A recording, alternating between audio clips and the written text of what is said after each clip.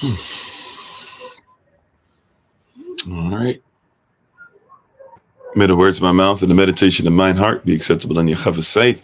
He is our strength and our redeemer, and it is in his name, which is his authority, that we pray, preach, proclaim, project, and protect today's message. Amen. Hola, mi nombre es Kofi. ¿Cómo está? Bonjour, je m'appelle Kofi. Ça va? Ni hao, namaste, kamsamida, Osayo, Ohio, Anakituwaya, Akwaba, Itese, namaste, if I didn't say so already. What else? I'm sorry, I'm trying to go. Jambo, Habari, Mimi Niko, Finina Fraku Katana Nuewe, Shalom, Bakwatav, Tedach, Kwam Yashara'al, Anak Kofi, Kohelet at Servants of Christ, Mashalam Khe. Hello, everybody. I'm Pastor Kofi, Pastor Servant of Christ, where we are always changing lives one mind at a time by being a voice of the voiceless and speaking the unspoken. And we appreciate your presence today with us as we continue to grow and go through some word.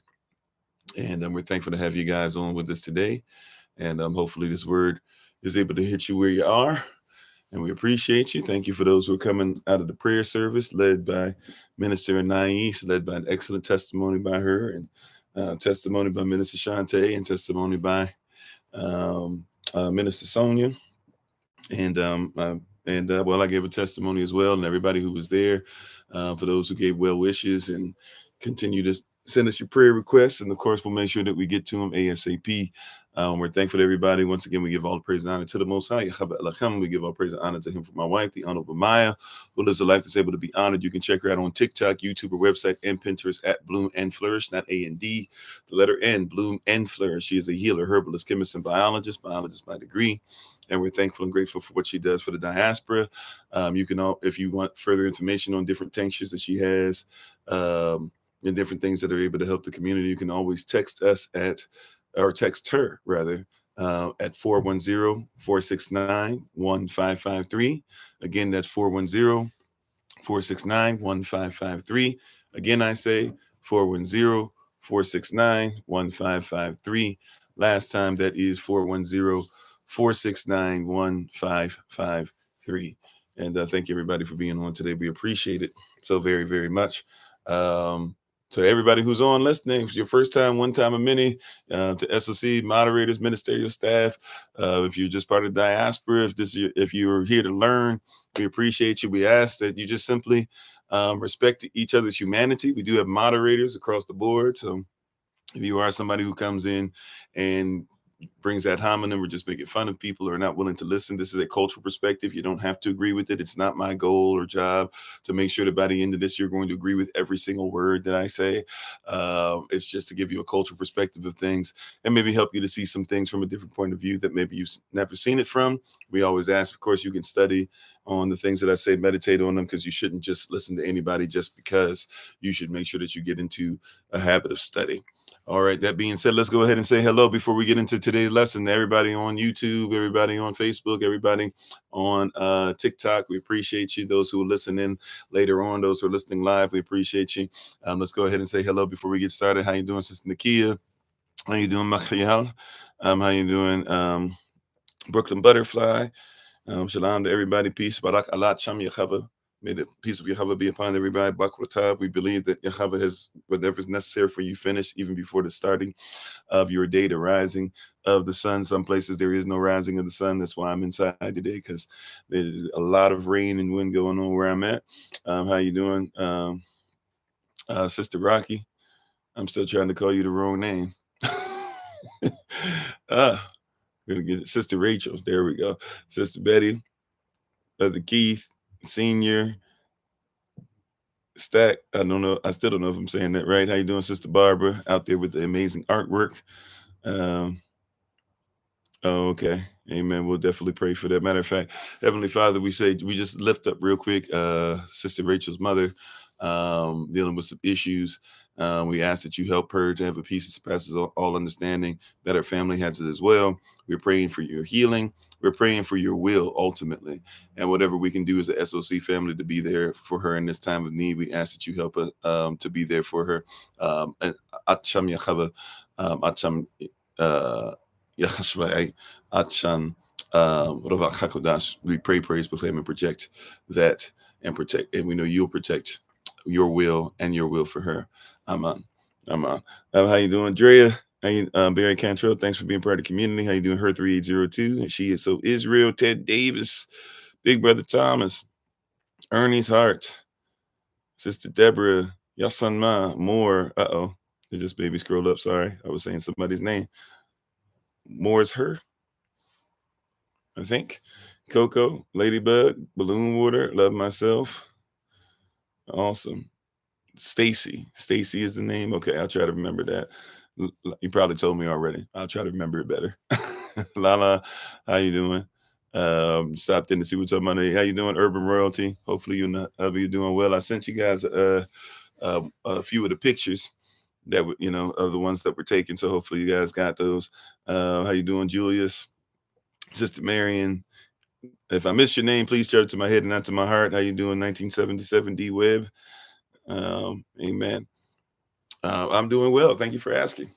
I am doing well. So today we're going to go ahead and jump right into. We want to talk about that Israel continues to scatter. That'll be the theme for today, if you will. Israel continues to scatter. Right now, we must make sure that this is foundational. This is not hate speech. We do not believe because of the color of your skin, you're better than somebody else. However, we believe in truth. We believe in facts. We believe in context. We don't give facts without context. We don't give context without facts. We love to call them contextual facts. Oh, I'm on. Bavakasha. Amen. So we believe in contextual facts. Hey, how you doing, Minister Tamara? Oh, you got a new page? Okay. Is that going to negate the getting to the 1,000, or is that because we got to the 1,000? I don't know. We're praying that you get to that 1,000. If so, we got to start inviting people to go to the new page. Please go and check out Tamara _ Yeah, it used to be Tamara. Yeah, right now it's Tamara _ Yeah. 9. Okay, I'm on. But how you doing? Oh, Jonathan in the house. Hey, how you doing, bro? Sister Valerie, how you doing? Minister Sonia. Yeah, so today we want to talk about the fact that Israel still scatters, and Israel continues to scatter. Israel continues to scatter. And this is something that's really huge. Oh, okay. All right. I'm on. Amen. What a blessing. All righty. Wow, the sacrifice. All right, so Minister Tamara can go live. So I guess when you get ready to start going live and stuff, give us your information so we can make sure that people can come and support. I'm on. All right, so you guys heard it. So if you were friends with Minister Tamara on here or whatever, make sure that you go and check out Tamara _ 9. Tamara, TAMARA _ Yah, YAH, and the number 9 after it. I'm on. Awesome. Okay. Praise Yah. Things are moving. Hallelujah. Right? Things move even sometimes in a manner that we're not ready for them to move. So keep building up your other page too, because what you'll find is soon you'll have a couple different pages. And then before that, you have 2 places you can go live. So if they try to mess with you on one, you can go to the other. Just giving you that. Ask me how I know. So make sure you got that together. All right. I'm on. How you doing, Sister Beverly? All righty. I don't know if you heard of Sister Rachel. We put up a prayer for, I see you popping back up. We did put up a prayer for you and for your family, for your mother. So yeah, facts, right? Urban Royalty facts. All righty. So let's go ahead and get this in. Let's go ahead and get this word in. So yes, Israel continues to scatter. I wanted to talk about this today from the perspective, of course, we know about being scattered as a people. Of course, we know about what people have done. Of course, we know we are the children of Yashara'al, Bar Atban, or Bar Atbat, excuse me, right? We are sons and daughters, Bar Atbat at Zion, Yashara'al, etc.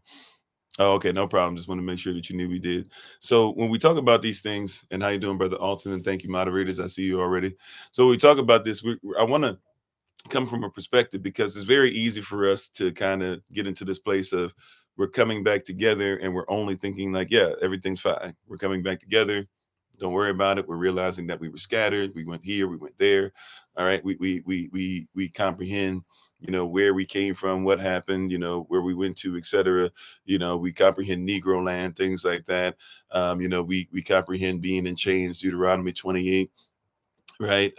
We comprehend Deuteronomy 28:15 through 68, especially starting getting to, if a lot of people even focus on the 68 part, start focusing on verses 54 through like 58 verse 60. A lot of times, we're kind of like, hey, we even know about iconoclasm and how people have like changed things up as far as, what people look like and all those different things or whatever. So we oftentimes say, yeah, we get it. We get it. Like, but now we're trying to realize Psalm 122 to become a compact nation and come together. We comprehended Psalm 123 verse 4 that there are people that are at ease with our scorn. And so if we're not being scorned, some people are uneasy about it. We comprehend that. But if we're not careful, we won't realize that we're still being scattered.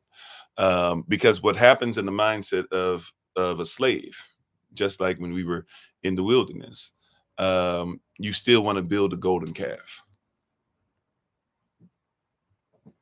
How you doing, Trauma Shaman? What happens once again if you're not careful, right? And how you doing, Poetical Winds? And Bray and Ellis, or Bray and Lillis, Nana. Sorry. Hopefully I said that correctly.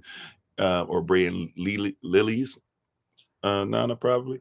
But if we're not careful, we're still, running after idols, and you'll build a golden calf, and you make an idol out of, okay, there's camps, but the goal is to come together, right? And so we're not careful. We're still choosing not to make the main thing the main thing. How you doing, @1king_chase? So we want to make the main thing the main thing. If you're not careful, you'll still be scattered, right? So one of the things that brought this to my attention is going back to something called the Great Migration. Now, we have a lot of things that we think of in the Great Migration. Some of you probably think about wildebeest and zebra running across the Sahara and coming back down and all this other stuff or whatever. Some people think about people leaving Europe and coming to America. But there was a great migration for us. We called it, it was actually called the Black Exodus, now known as the Great Migration. Yeah, that slave mindset shows up, right? And so it was called the Great Migration. A lot of people don't study that part of our story. We study his story, but we don't study that part of our story, right? And so you had what we call the North and the South. If you're in the United States of America, you call it the North and the South, right? How you doing, Sister Reese? You said that there was the North, and it was a place where we can go and be free. And you had the South, where Jim Crow was all over the place, but Jim Crow was all over the North and the South, but those of us that were heavy concentrated in the South decided that we were going to start leaving this place. And we left. While leaving, we kind of left our mind, just like when we were taken, or even taken from here. Those of us who are native to here, or were mixing and matching with West African bloodline here, way before what we now think of as this modernized chattel slavery. We kind of lost our mind, literally, right? We're in somebody else's mind. How you doing? Even though we are free, we still follow slave masters' established identity. Yep, golden calf, exactly. And so you've been freed from Kemet, but you still identify. I'm not saying everything about Kemet was blah blah blah, but what I'm saying is that if we're talking about we are free from these people who were enslaving us mentally, it's kind of hard to still always look at Kemet, right? This modern Kemet, if you will. Right, The Warmth of the Sun. Yeah, there's a lot of great books about it. So, and how you doing, Acoustic? Thanks for being on. How you doing, Sister Nadine? Right. So, and all this stuff that we're talking about, there's this mindset that goes like, because you're free, or because you've scattered, you're free. But you scatter and then you still deal with the same stuff. Meaning that if we left bondage, but we still go through the same stuff, have you ever left bondage? And if you're not careful, you'll start pining for the bondage of before, because in your mind, you're still bound, right? You might have to go through a hard experience as far as getting ready to build your own, and building your own means, in a sense, that you feel like you're starting from scratch. How you doing, Gifted Spirit? How you doing, Nubis? Thanks for being on. And you feel like you're starting from scratch. So when you feel like you're starting from scratch, you say, oh, this is terrible. This is too much. What is this? I pine for the days of old, right? I pine for that. You start pining for when, when we were, slavery wasn't that bad. Being under this person wasn't that bad. Dealing with this wasn't that bad, right? Yeah, we're physically free, but still mentally enslaved. You start pining for those things, right? How you doing, Chef? You start looking back, man. You remember when I went to this school? You remember when we used to play football here? You remember when, um, you remember when we were at this job? Boom, boom, boom, boom, boom. You remember the fun we had, right? But in school, I'm gonna just, keep it a buck with you. I don't remember school ever being empowering. Like I don't remember school being empowering. How you doing, Chrissy?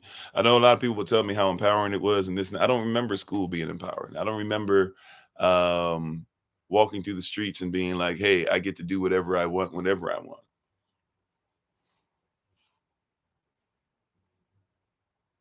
You know, we have this wild thing, right, where we have to have cognitive dissonance. We have to remember slavery like it was freedom in order for us to think we've been free our entire lives. That's kind of weird, jacked up, but it's real.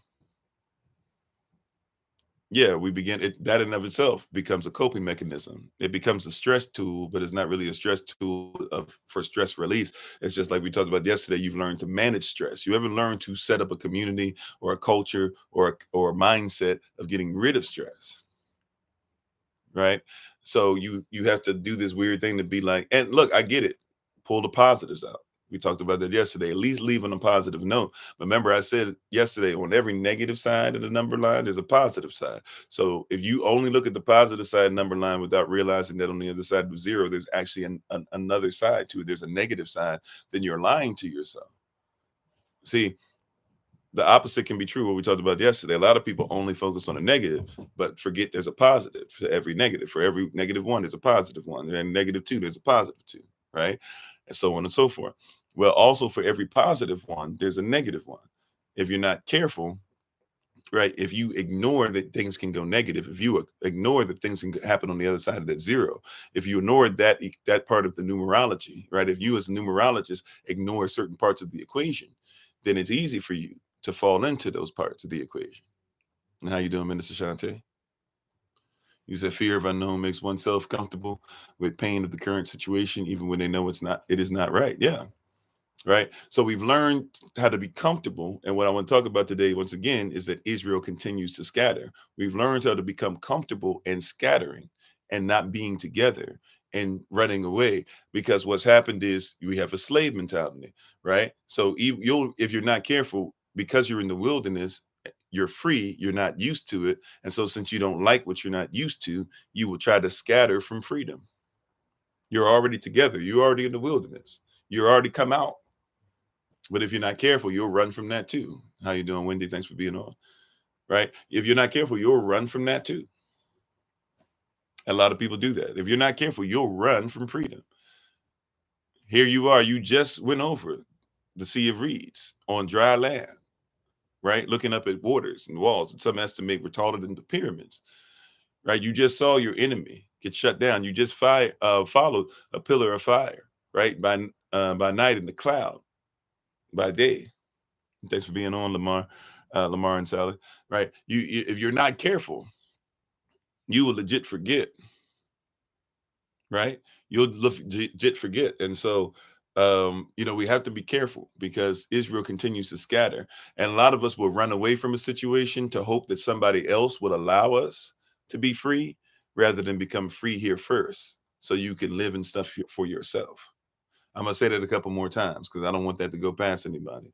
A lot of people, right? What happens to you is that you will go ahead and you will continue to scatter. You'll run away, right, from things, hoping that somebody will allow you to be free, rather than make sure that freedom starts here, so that you can build for yourself. One more again. I'm gonna say it one more time. How you doing, Mactronics? Right. So if you're not careful, what happens is you get so used to running away, scattering, hoping that when you get to the next place, somebody will allow you an opportunity to be free, rather than making sure that freedom starts here. You don't have to scatter as a people. See, we've lost our mind. Get your mind back, and then you won't try to run away. We keep running, looking for our mind, rather than developing what's already here. Come on. Thank you for the love. Appreciate it. Right. See, if you always running away, you won't look for what you have. So, in the great migration for us, right? Getting back to that, if you look on a map, if you look up, you have to put in the black belts and then put in dirt, because they won't tell you the truth about it's about us as a people, right? So you have to put, if you're going to Google image search it, you have to put in like black belt and then put in dirt, and then you'll be able to find it, right? But there's some pictures you'll see, and if you find one that's in black, gray, and white, what will happen is this. And how you doing, brother Jermaine? Right, the term "get your mind right." There you go. Right, and how you doing, Anthony? So, and shalom, Sister Rhea. So, so watch this. There's a place that was known as the black belt. You've heard of the Bible Belt. Maybe you've heard of the black belt that you get when you got the certain thing in my and you know, maybe you've heard of a black belt as far as what you've seen, as far as when people master certain things, right? But the black belt, it's called the black belt. People will tell you it's called the black belt simply because there's black dirt there. And this is in what we would now call nowadays the United States of America, stretching all the way up to places like DC and stuff. So people who don't believe that DC was a plantation, we've talked about that before. Washington, DC, the obelisk, all that stuff, the White House, literally people bid on it. Virginia and Maryland gave up land so that DC could actually exist. You know, they put a White House on there, go there and visit what they're now called George Washington University, but you'll get off at a metro station called Foggy Bottom on the Orange Line. I don't know if it's orange and blue. I think it's just orange only, but you get off at Foggy Bottom. Foggy Bottom is a place that you get off at where the slaves used to be in the fog, right? So it goes all the way, stretches all the way from there, all the way across to like, you know, like Texas, Louisiana, into a little bit into, you know, Arkansas, like all over the place, right? And what you're dealing with is basically this thing called the Black Belt, right? Now this was a place where we as Black people mainly were, because at least mainly were, not only but mainly were, especially during chattel slavery. Why? Because during the times of chattel slavery, you were actually dealing with, yeah, you know, I mean, basically it was what it was, right? You were not sharecroppers yet, but basically you were sharecropping, but you had a slave master. Afterwards, you would have a slave master. You just wouldn't call him master, you know, but you would still make sure that Mr. So-and-so, a boss or whomever that you work for, sometimes as a prisoner, you would be leased out back to the, you know, former slave owners, and basically work there, right? And you work this black dirt. So you were children of the dirt. May I say that again? You were children of the dirt. That's why even you like to say things still today like we got it out the mud. You think that's new terminology, right? You think that's a new term. You know, that that's new. We got it out the mud. That's talking about specific, like you were out there, right? You were comfortable with natural law, with nature, the nature of things. And how you doing, babe? My wife has come on. Please check her out once again on TikTok, YouTube, her website, and Pinterest at Bloom and Flourish. Not A&D, the letter N, Bloom and Flourish. She's a healer, herbalist, chemist, and biologist by degree for those that need that extra oomph. Thank you for being on, babe. Love you so much. So, and how you doing, Sister Helen? So in this thing called the Black Belt, you said Benjamin Banneker. Yeah, Benjamin Banneker did architecture and some of the stuff there as well. Sure. Yeah. Right. So when you're speaking on these things, before there was this Black Exodus, or what they call the Great Migration, right? We call it the Black Exodus originally, but history, they just called it the Great Migration. Oh, thank you, man. So what we call the Great Migration, or I'm sorry, what they call the Great Migration, we call Black Exodus. We were in this place, right? And it was called the Black Belt. Now they just say only the Black Belt was where black dirt is, right? But reality is this is where Black people lived, mainly in America. Not only, but mainly. Why? Because of chattel slavery, right? And so what happens here? You have a scattering that takes place, and people began to spread, right? Go to New York City, you know, let's build up Brooklyn, let's build up, you know, Manhattan, let's build, well, actually Manhattan, well, we kind of did build up Manhattan, you know, literally, but we didn't necessarily take over like we did other places, but let's build up Brooklyn, let's build up Chicago. We hearing about Oregon. People go over to Oregon, and we went to these places. The list goes on and on. Go up north or get away from this place, right? And as you started going to these places, you started finding out that as you ran away, as you scattered, right, you took a lot of things, you brought a lot of things with you from the place that you were in. You left, so you didn't have the same family dynamic that you once did, right? Yeah, some people ran from South Charleston, South Carolina. Remember, the black belt is not just only, we only think usually about like Georgia, Alabama, Mississippi. Like Chicago's filled with a lot of Mississippians. A lot of people don't know that. Like you go to Chicago, a lot of people from Mississippi, family from there.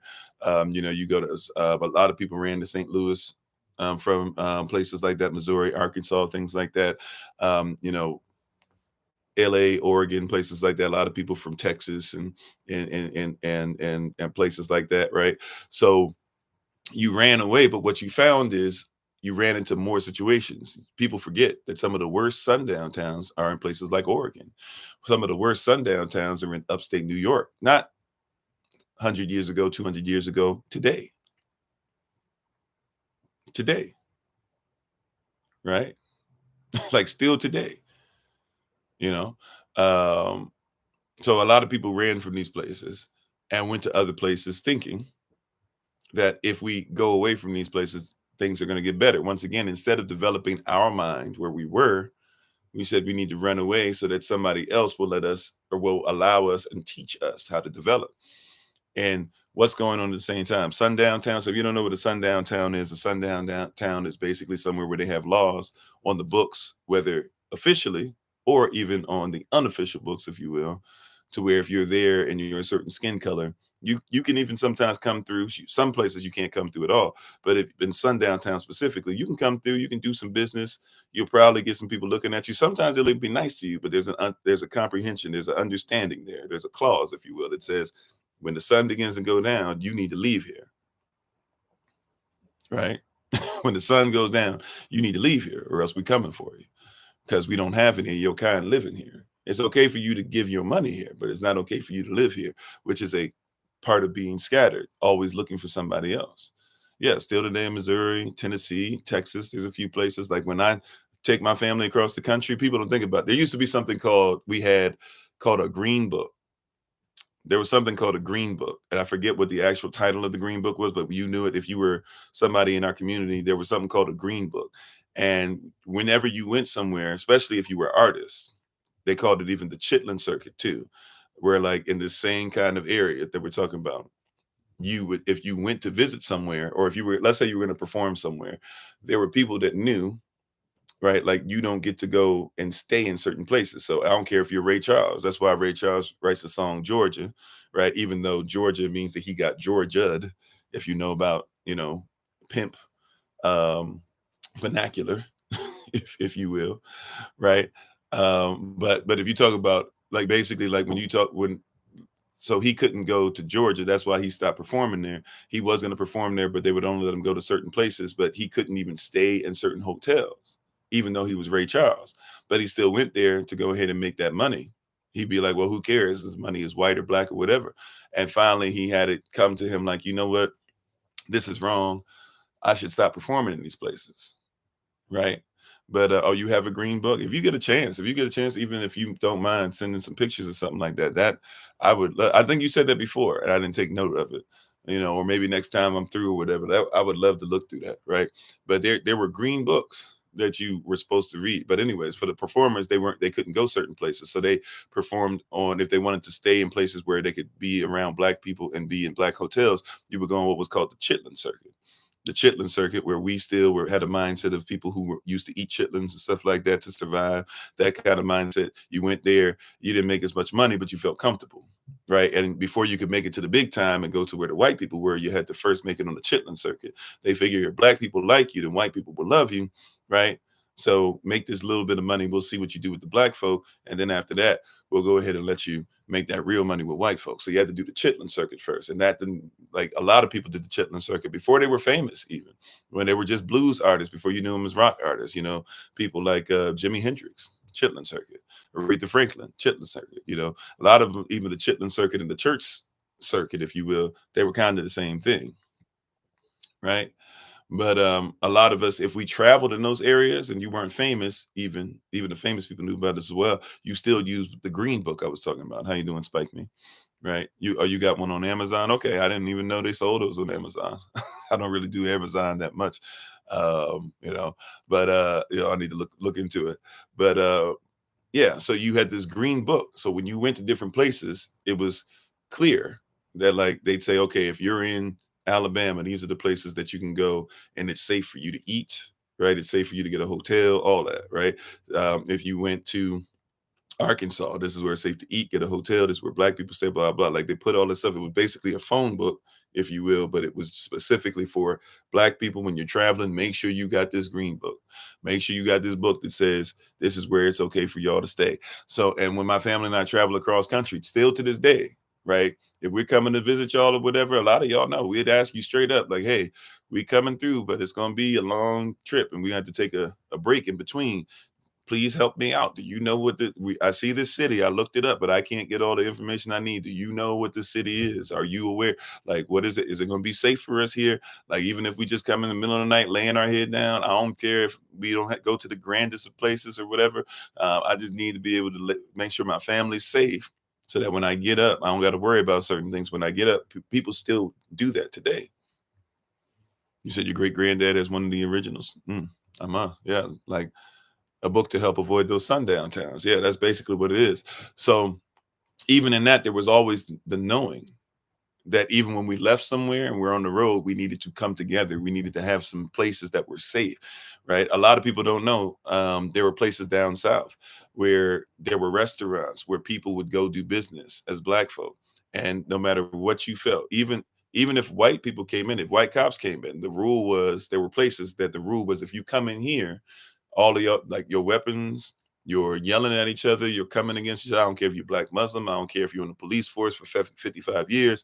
When you come in here, you guys get to eat, and anything that you guys talk about has got to be peaceful. You know, we had places like that, right? Specifically, strategically put in place, right? You said, why say grand rising? Well, because we don't worship God, which is where you get good from. God is a Germanic deity. You can make whatever you want.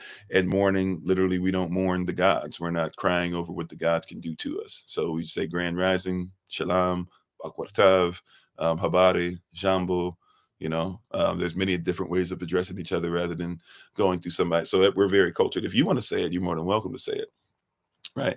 But as we keep on going, you know, so we scattered from this place, but when we were here in this black belt, there was also black dirt, right? There was black dirt. So as we scattered, there was black dirt, right? So if you scattered and there was black dirt, right? If there was black dirt, so we also were in places wherever we were. See what they'll tell you, what the story. That's why you got to know your story, not his story. So what his story tells you is, oh yeah, there was just black. We call it the black belt because there's black dirt, but we cultivated that dirt. We cultivated that dirt. That's what that was. We actually cultivated the dirt. You see that? So you'll hear this story. Oh yeah, there's this black dirt, or oh, the dirt in this place in America is so rich and blah blah. Well, yeah, because we cultivated it. That's where we were. We were people of that. But then we scattered away. And when we scattered away from that, guess what happened? Now we don't even think about the dirt. We're not even looking to make sure that we cultivate the dirt. We're not even looking to have gardens and to trade food with each other. Matter of fact, you don't have control of your food. Now, am I saying that we should be sharecroppers so that we can continue this? No, what I'm saying is that instead of asking somebody else for permission and scattering, we're now doing it. I'm sorry, the image is reversed. I don't know what to do with that. Everybody's been telling me, because the only way I can really deal with it when people say the image is reversed, there's only one of two ways. So if this doesn't work right here, because usually mirror image, it used to just mirror me and not the image itself. So I don't know. Does the image look right? Other than that, the only way I can do it is to reverse the phone, where you guys will not see me if you're looking at the image, but you'll hear me. Did this work? Is this so this works? This is correct? Okay. All right. So I'll leave it like that then. I'll make sure from now on, every time we do it, we come on and we do it like that. They must have just started doing that, because you guys have been telling me that, I think, the last 3 days, 4 days. So I'll keep in mind now that we have to do that from now on. I apologize for that. I did not know, but thank you. So we got it now on TikTok. So yeah, so you'll have to realize, like, that this black that the black dirt that was there was because you cultivated it. This rich, dark, nutrient earth. And by the way, that's what Adam, comes from. Adamah, rich, dark, nutrient earth. That's what human being means. Human is humus, man. Dark, rich, nutrient earth, humus, with man inside, that spirit. So every male or female has a man inside of them, has a spirit inside of them. But right. That's what that word means if we break it down. You said sundown laws created black beaches where we could go to have fun. Yeah, and see, this is the thing, even with segregation, right? See, we scattered away eventually to make sure that we got back into integration, and right, and we did that on purpose. We scattered back, yeah. Black dirt, even in the Amazon forest, it still exists today. Which, if you take that black dirt that they made and you put it with other dirt, they literally created it. See, people don't recognize this. We don't want to be honest. There are people out there that will tell you, if we want to be intellectually honest and stop being frauds, if you go down to the Amazon, a lot of people don't know the Amazon River was created by man. It's man-made river. Well, I'm gonna get to that in a second, angry black man. But I said that plenty of times. I agree with you on that, right? But if you look at some in Ireland, of course, by the way, look at the Irish and the Choctaw and the natives and their conversation, and Africans that were over there as well. And at places you go in Africa where you find the same dirt. Nevertheless, right? So we headed down the right path, right? Like, so, but if you go down to the Amazon, they know that people who were down there, who made the Amazon River, who made huge cities that were bigger than anything that these explorers had ever seen over in Europe. They also know that these people made islands, right? But when you're stepping on some of that land, like when you step on where Montezuma and those people were, you're actually stepping on man-made islands, right? You're stepping on man-made islands, right? And people don't know that. Like, and they had dirt that was there,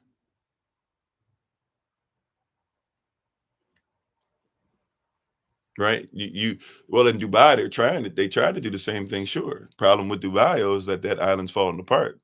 They're shuffling their feet right now, trying to make sure they can, continue what they had. But these man-made places still are in existence to this day, where you can go to these pyramids, right? So but these were man-made islands, and they found dirt that was there, black dirt, right? That was made because of the cultivation. They take that dirt, and they've actually done scientific experiments. They'll take it to, because from what they tell you, they say, well, the Amazon and all those places in South America and Central America, all of them have really poor soil to grow anything, although you have rainforest there, right? But that's what they'll say. But then they take the black dirt and they put it with dirt that they say can't grow anything, and the dirt that can't grow anything turns into the black dirt,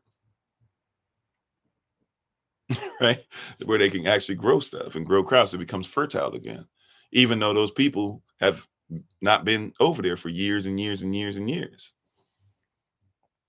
So you have to see, even in yourself, see what happens is that you get scattered, or you died of disease, or you forgot who you were, or you were more concerned about becoming what somebody else was, and you found more status in that, and you lost who you were. And so Israel continues to scatter. The microbiology that exists in the soil is a converter. That's a better way to say it. Right? Right. That's definitely a better way than what I'm saying. That's why I need people over here who can speak the lingo that I can't speak necessarily. Right. But yeah, you're dealing with those things. And we're not aware of these things that happen. Right. So we scattered, we got away from ourselves.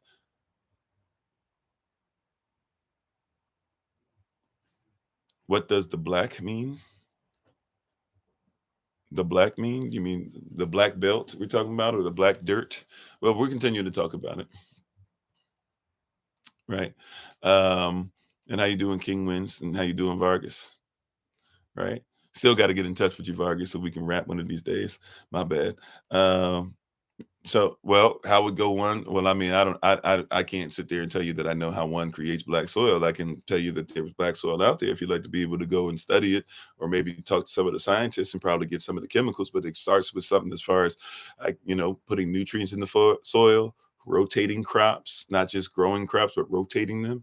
A lot of just make crops and they just stay in one bed or this and that or whatever. You got to rotate them bad boys. Like, there's a lot of things that you can do to at least get your soil to where it can continue to yield proper results, right? Oh, much love to you too, bro. So yeah, and thank you for the love. You said I was listening to Graham Hancock to try to break down the black soil's microbiology. Still love, yeah, and some of it. So and yeah, so when we get back to ourselves, and this is one of the things. Once again, we've scattered so much from ourselves that it becomes difficult to have this conversation.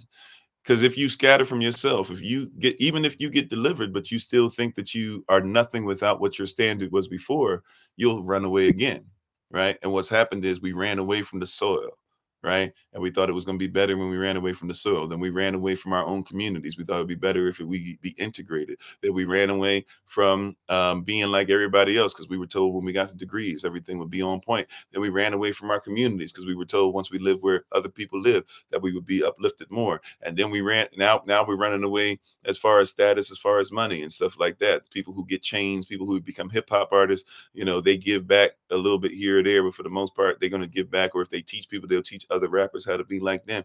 And before you know it, we just keep scattering and scattering and scattering. Even with this word, excuse me, the word that's been coming out. This camp says we're going to be this. So now we're better than everybody else. But this camp comes along. Well, we're better than it. Well, this camp comes along. We treat our women with respect. Well, we actually respect our women because we cover them. Well, we respect our women because we don't let them, we actually treat them in this role. Where we respect our women because we let them preach. But we respect, nobody's worried about coming together, though. We continue to scatter. It's a continued conversation over and over again. It's the same thing. It's the same curse following. If we're not careful, we'll just name it something different. Now, praise y'all, we're coming back into knowledge of self. But let's be honest, we're having the same conversations because we still have the same golden image. We still have the same calf. We're still bowing down to the same calf.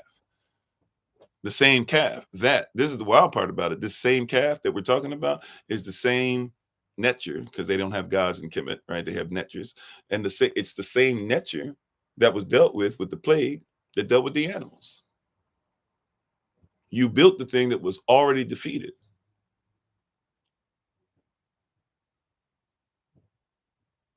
Right? You built the thing that was already defeated. It's already been defeated, but we keep scattering, just like you, right? You built the soil that allows people to be able to sell some of the food.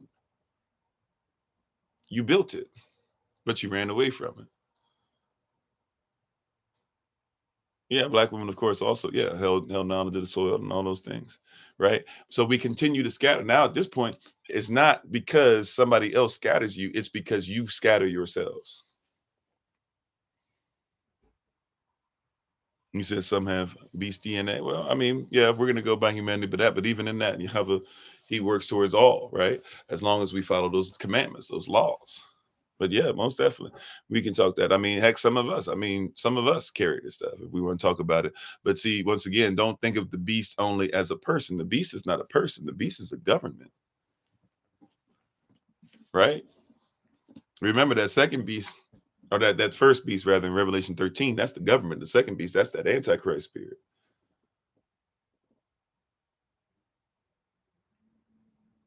Right? That's that Antichrist spirit. And you've got to be diligent. Oh, and by the way, reminder to the ministerial staff, we got a meeting tonight, 6:30 p.m. Eastern New York time, first Thursday of the month. I'll send a text out as well as a reminder. I should have done it yesterday. Right. But remember, see, when you're dealing with the beast, you're dealing with the government. And if you keep trying to run to the beast government rather than stay in your own government, this is why we talk about sovereignty. Sovereignty is about what? Developing your own government, your own laws, your own ways, your own mindset. and not even your own, but the mindset of the King of Kings. And we don't have something that's ours. And how you doing, Vicky? Thanks for being part of the community, right? We don't have something that's ours. We're missing something that is ours. We're so busy trying to become what everybody else is. This is why um, the greatest moments in your people's story, not in his story, but the greatest moments in your people's story, right? Because we're in February now. So everybody's going to be talking about Black History Month. You're going to be surprised that Black History Month only is stuff that you think going to think about in his story, but you're never going to talk about what your triumphs were in your story. Your greatest triumphs are when you were in segregation, or when you had your own tribes, or when you had your own kingdoms.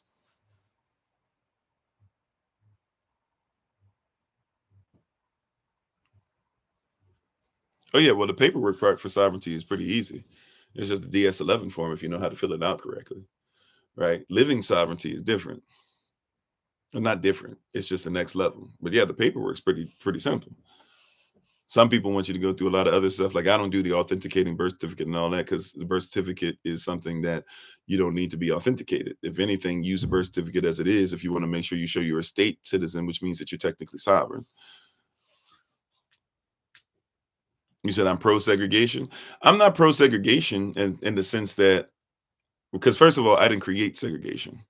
So I'm not going to take credit for something I didn't create.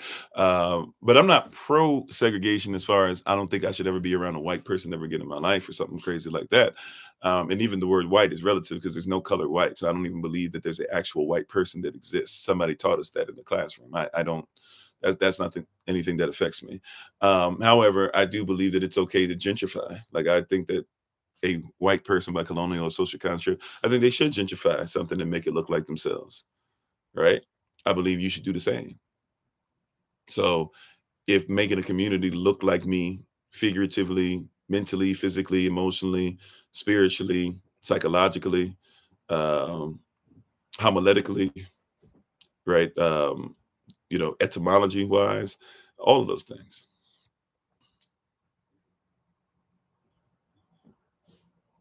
Well, even if you have a driver's license doesn't mean anything as long as you know the difference between traveling and driving.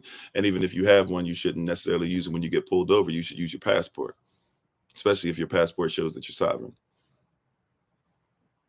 right? But once again, you see what I'm saying? Before we get into all that, I want to lay down the beginning stuff, right? Scattered.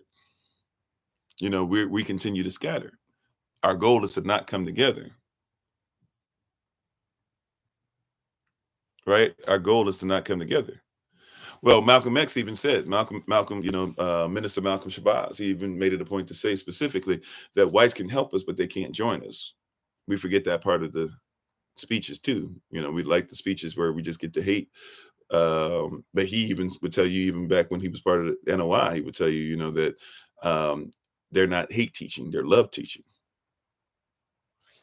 So but we love the part that makes us get what we want rather than get what the overall picture and the goal and one vision, one mindset should be. But when I say segregation, I'm not saying I'm pro segregation, but I'm pro strong cities. I'm pro making sure that we're together. I'm pro supporting my business first before I support somebody else's business first. I'm pro making sure that my children are taken care of before I then take care of other children. Do other children need to be taken care of? Of course. Do I take care of my own first? Oh yeah, that's my personal responsibility. Just because there's a child, like watch this within the diaspora, we help people over in Kenya and Ghana and Nigeria, and we help people in India and in Pakistan, and we help people across the United States and in Canada, and we help people in Mexico, and trying to develop some stuff in South America a little better. Especially, I'd like at some point to get back into Brazil and be able to help down there. I love helping people in the diaspora, right? But guess what? I got to make sure that these people eat too, because what sense does it make to send food over my own family and have my family starve and say, see what I did over there? So that's why, even though we do help them, they get helped as I can. I send personal donations, personal offerings over to people who need it in some of what we call now the West Indies. But I'm not going to make sure that my own son is not going to eat a meal because I want to make sure somebody get something in another country. And so when people talk about this, they try to, you're not careful, they'll try to bring you into this reverse racism banter. And that doesn't have anything to do with me.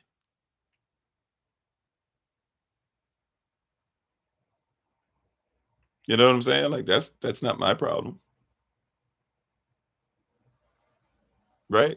And so the reason why Malcolm said whites can help us, but they can't join us, what he was saying is, he even said this: how can there be white black unity if there's no black unity first?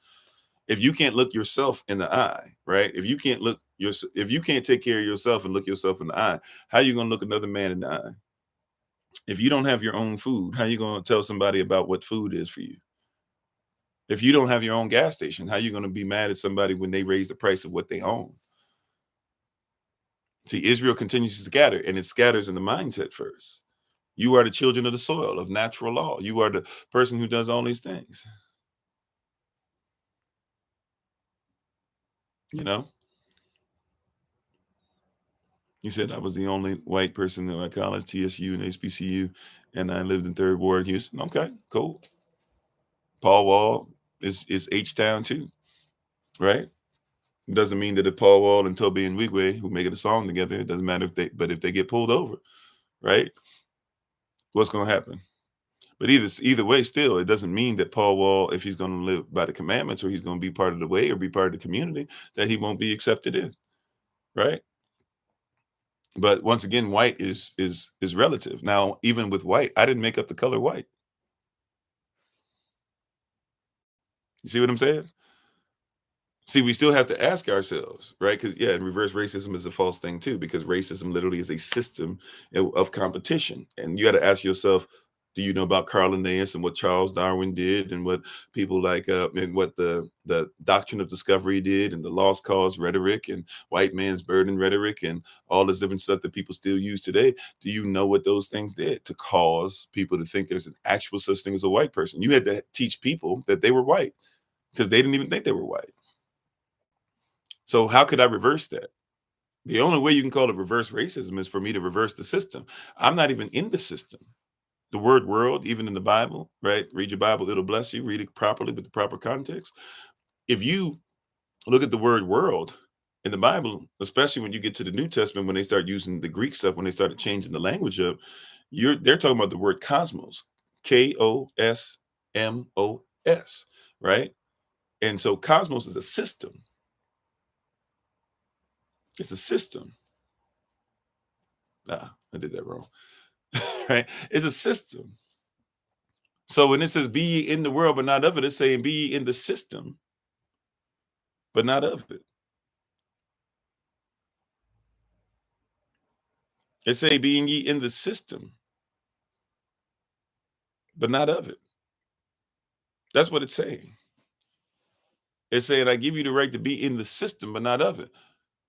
So you're talking about this stuff from the perspective of world, thinking it's talking about terraforma, thinking it's talking about arats, thinking that it's talking about asase. Do you think it's talking about an actual physical, tangible thing? No, when it says be in the world, it's talking about a system,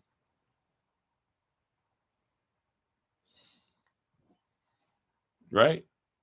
So the world that's a system is not the same as a world. That's what you're talking about. Yeah, there's a system in the mind, and we've scattered from it. There's a system that's in the mind, right? And you must now become mindful that as you've scattered, every time you move from something, it's only a matter of time before you move from yourself. How you doing, Sister Denise? How you doing, Tracy? Sorry for missing y'all. Right? Every time you scatter, when you move from something, you move from yourself. Every time you move from something, a little piece of you moves from yourself. You got to make sure that you're very careful when you make these moves, that you don't move from yourself. Thank you for the love. Appreciate it. That's why you don't think of yourself as having your head covered. Now, a woman's hair is her glory, for sure. Right? But remember where you come from. Before some girls could walk, they could wrap their heads. Now, I'm not trying to say, oh, here he is trying to tell me I got to wrap my. No, no. A woman's hair is her glory. But in our culture, before you could crawl, I'm sorry, before you could crawl. But while you were still crawling, before you could walk, you could wrap your head, right? You know, I look, you want to wear the bonnet out in public. I'm not doing the Monique thing or what's his face, the comedian that got in trouble for doing the underage stuff that he was doing as that was on Mad TV. He does the impressions, whatever his name is. Um, I'm not mad if that's, yeah, you want to do the bonnet. But I'm saying in our culture, there's something missing to where you're more comfortable with the bonnet than you are with your own culture. Ari Spears, that's the one I was looking for. Thank you. I'm just saying, right? I'm just saying. You can do both. It's your hair. It's your head. It's protective hairstyle. You don't feel like doing your hair. You throw something on. Technically, you can say it's a head covering. All that. I'm just saying, there's something to be said for the fact that you don't even know how to wrap your head. Not saying you're bad, because I'm saying the fact that somebody removed you from your culture that much. How you doing, brother Dwayne? That somebody removed you from that so much, you don't even think about that. And guess what? There's a way that a baby girl would wrap her head. There's a way that a child would wrap her head. There's a way a teenager would wrap her head. There's a way that an adult would wrap her head if she was single. There's a way that a woman that was married would wrap her head. There's a way that a woman that was of royalty would wrap her head. There's a way that the woman who was the queen would wrap her head. And nobody else got to wrap their head like that except the queen, right? Or except the chieftain or whatever her position was, unless she was the one that was over the golden throne, or she was Queen Nzinga, or whatever the case might be. Like, there was something that was there, right? Even, yeah, it was communicate. Even in the way you dressed, you communicated who you were. See, and people are missing that part of the equation. People are having this argument about this. No, even in the way you dressed yourself, it was a reminder of who you were. You see what I'm saying? How you doing, Sister Saul? You hear me? Your argument about is somebody trying to control you as a woman. My argument is not trying to control you, because I know I cannot control what I serve, and I cannot serve what I control. So my goal is never to control you. I cannot control you. I cannot control. Matter of fact, this will mess somebody up. I believe in self accountability, but I don't even believe in self control, because I serve myself. So, and I can't control the one that I serve. I serve the Most High. So I'm not even in control of myself. That's why I have to follow his law, because he's in control. So I don't even believe in this whole control thing. If I say I own land on paper, it means that he has control, and I have to serve what he controls. So when I get ready to go on the road and I go back up to another part of some other land that I have, guess what I have to do? I have to take care of the land to serve it, that it might yield crops, because the one who's in control of it created the natural law to make come forth what comes there. So I'm not somebody trying to be controlling in any way. I've stopped controlling things years ago. Everything in my life that's messed up, usually because I try to control it. I'm done controlling, right? So I'm not telling you this because I want to control you. I'm telling you this because I'm trying to serve your best interest. Sister, there's something that's missing in your life. Even if you choose to never wear it, at least learn some of the stuff as far as wrapping your head. Why? Because you will learn the piece of you that's missing. When you keep saying, man, I don't fit in, I don't fit in, you're not supposed to fit in with people who don't wear your hair, who don't have their hair. See, watch this. Why do you even wrap your head till it goes up? Because even if you notice, when I let my hair come down, some of it still stays up. I can try to put it down, it'll still pop back up. I can try to put it down, it's still. So guess what? You wrapped your head up because your hair goes up anyways. It was a reminder of who you are, right? Brothers, we had nowadays we call them headbands, right? That's your culture. We used to take the material and wrap it around our heads. I'm gonna start doing it somewhat soon, because I can't even really see. My son and I got the same problem. We got so much hair now, it flops down, we can't even see. So we're gonna have to start, put tying it back. It wasn't because we were trying to be powerful, blah blah this and that. That comes with power, sure. It comes with culture, sure. But we were doing those things. Why? Right? We were doing those things because it was our culture, right? I'm sorry, you said the top of the head is like an open a reservoir design to take energy from the world we live in. Definitely, or it can even release it. Like, that's why, the energy or the heat escapes from your head, you know, right? Now, if you see a brother that puts on something to wrap his head, sometimes y'all be thinking, "Oh, that's homosexual." Blah blah. No, it's not. That's your culture. You did that every day. It would only make sense, especially for people who never let a razor touch their head. Like it only makes sense that you make sure you can keep your hair back. It would just only make sense that you would do that, right? It just makes sense, you know. But as we've scattered, and not everybody has to. This is not me saying everybody who's an Israelite has to not cut their hair, because there were some people cut their hair, right? It was a tribe usually, or a family, or it was a promise one would make to the Most High, right? But I'm just saying these things are purposeful. We don't even think that. We didn't even think of those things. It's not in our purpose anymore. It's not of our mindset anymore. It's not in our thought process anymore to even do something like that to make sure that we have that in us. We don't even think of that, because as you get scattered, and especially who scatters you is even more important. See, we're scattering ourselves now. So we keeping some of these principles more and more, but we're still scattering some, right? But now you got to realize who scattered you. Well, technically, see, I was going to try and finesse it a little bit. Let me not finesse y'all's word. I apologize. And hey, how you doing, Sister Breezy? Right? I just realized Holy Spirit just convicted me. I was trying to finesse this thing and make it sound nice and sweet, especially because I've done some of this stuff. Let's keep it 100. The only reason you were scattered in the first place was because of you. Who was disobedient? Was it the white man? Now I'm not saying he ain't jump on it, because he knew who you were. He knew about the land of Yashara'al. That's why Christopher Columbus got sent where he got sent. He thought that's where he was going. Go look up what's that movie? Planet of the Apes. You'll see that they write out the name Yahweh on there. It's sneakily done, but they put that in there. They know what's going on, right? So they knew who you were. They know who you are. Go look at the movie 1492. That's supposed to be about Christopher Columbus' life. I always forget the French actor's name, so forgive me. I just know his nose be messing with me. He got like a little misshapen nose. I never can remember his name. He was in one of the Three Musketeers versions and stuff like that. He goes and stuff here and there. But yeah, go. Like in that movie 1492, he talks about the land of Asheroth. You didn't think they knew about the land of Asheroth?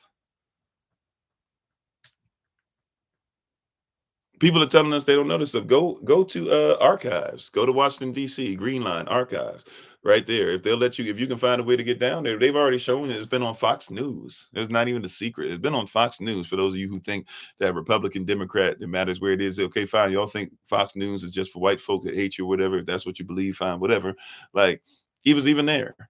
We're on Fox News. They talked about the fact that in Anakitawaya land, or Tisalagi land, or Taino land, or what you would call Cherokee land, right?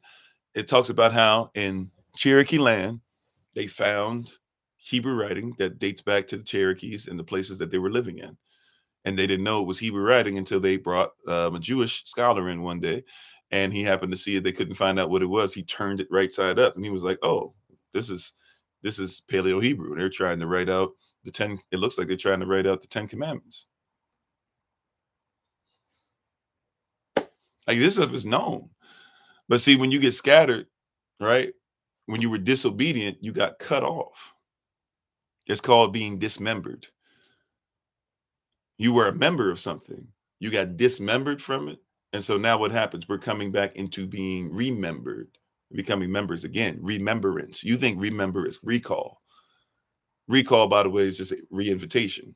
I'm reinviting the information back. I'm coming back to the calling. I'm coming back to the invitation. Right? Remember, the word call means invite, right? Which is kletos. The word phone, phone, right? Phone is actually a Greek word as well. Phone, kletos. Phone means voice. Call means invited. You get a phone call, you're invited to listen to a voice.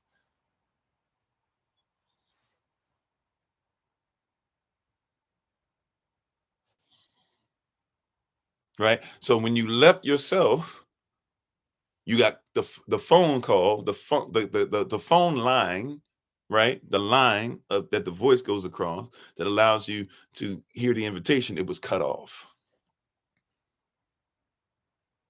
You hear what I'm saying? This is a word for somebody. That line was cut off. And now it's time for us to answer again. There's a recall. He said, I'm recalling you to yourself, to your people, to your community. You got sent away and didn't know it. And thanks for the love. Appreciate it. Right? You got taken away from your own line of thought. In your mind, you grew up, you swore that a Jewish person was an Israelite. And people get mad when we say that. But watch this. See, when I grew up, I swore that I was an American. Come to find out, I really was, but not the way I thought, because there's two Americans. Because by law, there's two Americans. The old American, the original American, according to Western law, not Kofi's law, not Native law, according to Western law, those who came over and had this be a prison colony, then turned it into a English colony, then turned it into them being Americans before they were called Americans, to put that black face on and threw the stuff over the side and went woo woo woo woo woo and all that stuff. Why did they put the black face on and then say they're the Americans? Well, because the original American is a copper color. That's by definition, Black's Law Dictionary. And the black doesn't stand for black people wrote it. Black is the last name of the white man, colonial construct, who wrote it. So according to Black's Law Dictionary, which is still used around courtrooms in the West, all over the place, according to that, what is the original American? The original American is a copper colored person indigenous to the Americas, period. So I thought I was an American and I need to serve this country and become part of the USN, that I could be part of the USM, right? So I could make sure that I could fight against domestic and foreign terrorism, not realizing that I was spitting in my own people's face, who were the original Americans. Then it came to me, even though I still have great respect for the code breakers and stuff like that, those who were of Navajo descent and stuff like that. I can also see why the Navajo didn't really like their people being the people who helped the United States. Because see, in our culture, in our native tribes, there's a lot of places where we don't even call presidents presidents. We call them town destroyers. Ask the Dakota people about Abraham Lincoln. Ask the Lakota people about Abraham Lincoln. The same day that he was signing the Emancipation Proclamation that supposedly freed the slaves, which is why, and it did such a great job that in 1865, he had to write the 13th Amendment to supposedly free the slaves, although neither one of them did. And technically anybody can be a slave as long as you arrest them nowadays. How you doing, Jay Upstate? Right. But ask the Dakota people that on the same day that he was signing the Emancipation Proclamation, he was going to kill off hundreds. Some people say he's going to kill off thousands. Right? He was going to kill off probably thousands of Dakota and Lakota people off of some bogus stuff that they did to try and get their land. They were supposed to pay for land and they didn't, right? And the people that were starving there, they sent one of their animals, right? People with the U.S. sent one of their animals on purpose into their land. And those people saw it and hunted it to be able to feed their families since they were starving. And then they basically brought it up and the federal government got involved in it. And basically said, and put people in concentration camps. You hear about those everywhere else, but not here. But they put their children and their women in concentration camps. They put their women and children in concentration camps. Right? And when they put their women and children in concentration camps, then basically they were going to hang a bunch of them. But somebody said, hey, Lincoln, you're about to sign the Emancipation Proclamation. It's going to look bad if we're saying that we're freeing these Negroes, but killing those. Because the word Negro at this point in history, at first it was something that only attached itself to Sephardic Jews, which are us coming from Spain and from at that time, formerly before that, it was those that were coming from Spain and from Portugal. Spain and Portugal, and then those that they were searching for in Africa that were of the same descent. That's why they started going into Africa looking for slaves, right? But at that time, Negro, look this up as well. Negro can mean Native American or it can mean African American if you want to use those terms. So they said if you gonna try and act like we're emancipating, freeing, and we're using the word emancipation, not freedom.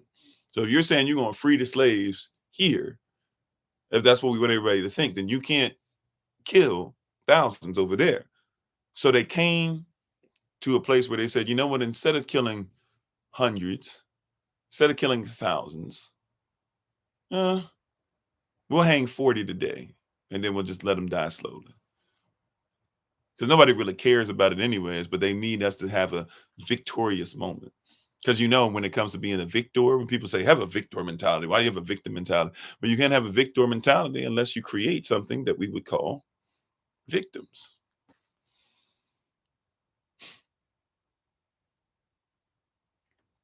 Oh, people don't like that, but that's the truth. That's the truth, the whole truth, and nothing but the truth. So help me, Yah. There can't be a victor without a victim, which means that in order for you to be a victor, you've got to do what? Go back to a Roman parade. What was a parade like? How did a Roman parade work? You ever studied a Roman parade? I'm sorry, what'd you say, babe? They had concentration camps for Japanese and Chinese. Yep. Yeah. They had them here. Matter of fact, go look at the concentration camps that they talk about with the Jews, where they had to do all this stuff and they came up with the Nuremberg Code because they were so flabbergasted and amazed at what was going on there. Like, go look up the railroad tracks that are leading up to Auschwitz and other places and look carefully at the names on some of those tracks when they pop up. You'll see that some of those pictures, you'll be like, wait a minute, that's a United States of America company. Yeah, people ain't ready for that, but that's true.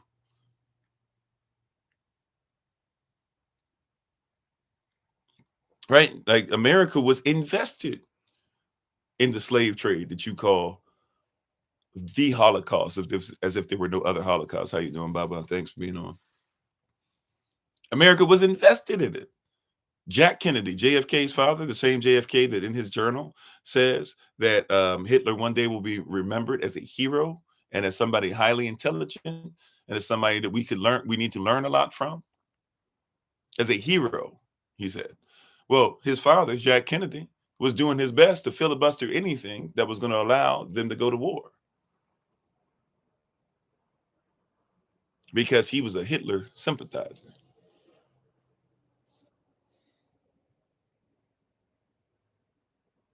Right?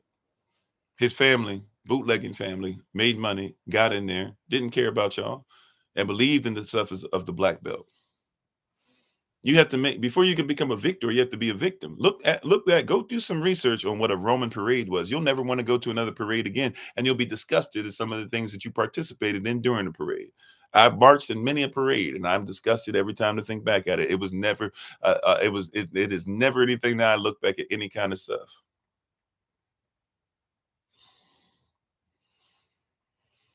Oh yeah, Australia we could talk about as well. Matter of fact, don't forget about the whitening of native Australians. That was something that people were hired to do to make sure that they had enough drops of white blood to make them look white enough, but still keep just enough indigenous blood that they could say they were indigenous to the place that they came over in a prison colony as well, right? Or don't think about places like Brazil with Black where they literally hired people. They asked people, hey, come over to Brazil. We'll give you money. We'll give you land. We'll make sure everything's fine for you. You just got to marry these black people. And when you marry these black people, as long as you make them lighter, then we can go ahead and deal with this. We can keep the indigenous side, but we can make sure we can take literally what Willie Lynch said. We can keep the body, but we'll take the mind. You can talk about $5 Indians, all those things, right? So we continue to be scattered. Because are there still people who should think of themselves as Yastel or think of themselves as native, but they want to be like $5 Indians?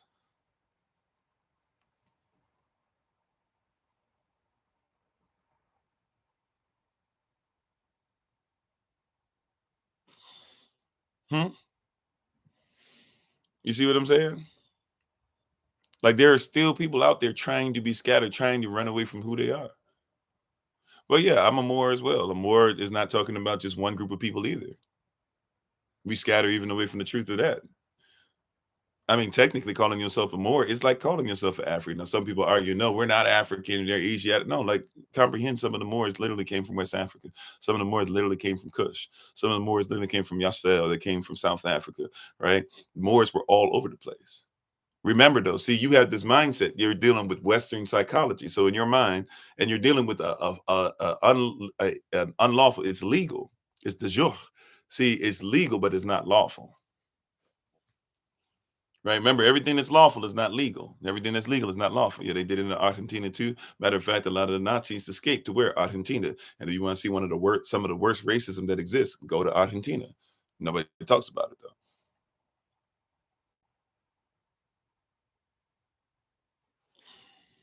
Well, even when you talk about Muslim or Muslim or whatever, who are we talking about?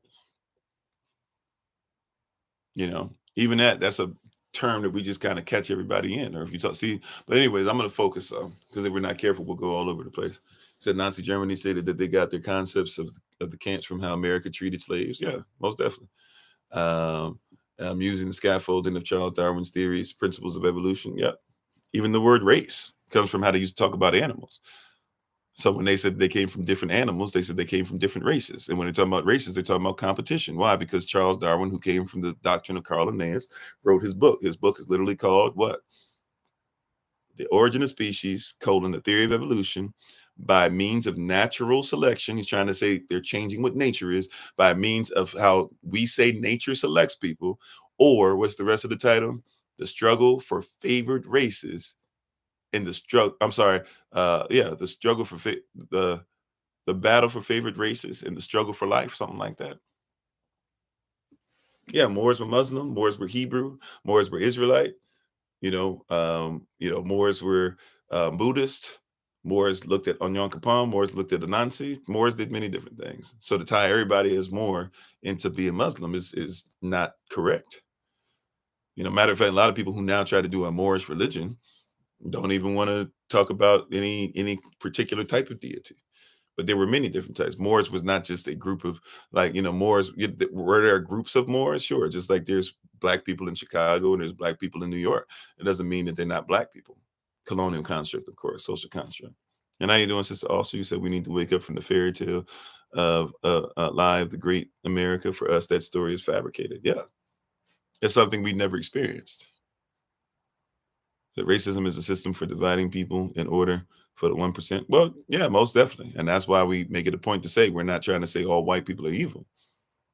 So for me to talk about a particular part of our story doesn't mean that every white person that's ever walked the face of this planet believes that same story. But it also doesn't mean that there aren't white people, because I've said this already earlier. I don't believe in the color white because there's no such color. Somebody had to teach you there was one. White used to just mean bright. It used to mean just like reflective. It used to mean the absence of color. It used to mean that you could see through it. But white was never a story. The Yakub story, if you're talking about the one to where there was a black man that tried to make white men to be able to go ahead and do evil because he was an evil scientist in the lab. I don't really concur. I think it's an interesting tale. But I don't really see much in it in many different ways of how it could even happen over thousands of years with the same person. If we're talking about, well, there's people that live hundreds of years that we believe, so why can't we believe somebody live thousands? But there's a few things that I think are off on it. Because at the end of the day, like, I think what we call white is just simply something that is somebody that's less melanated for different reasons.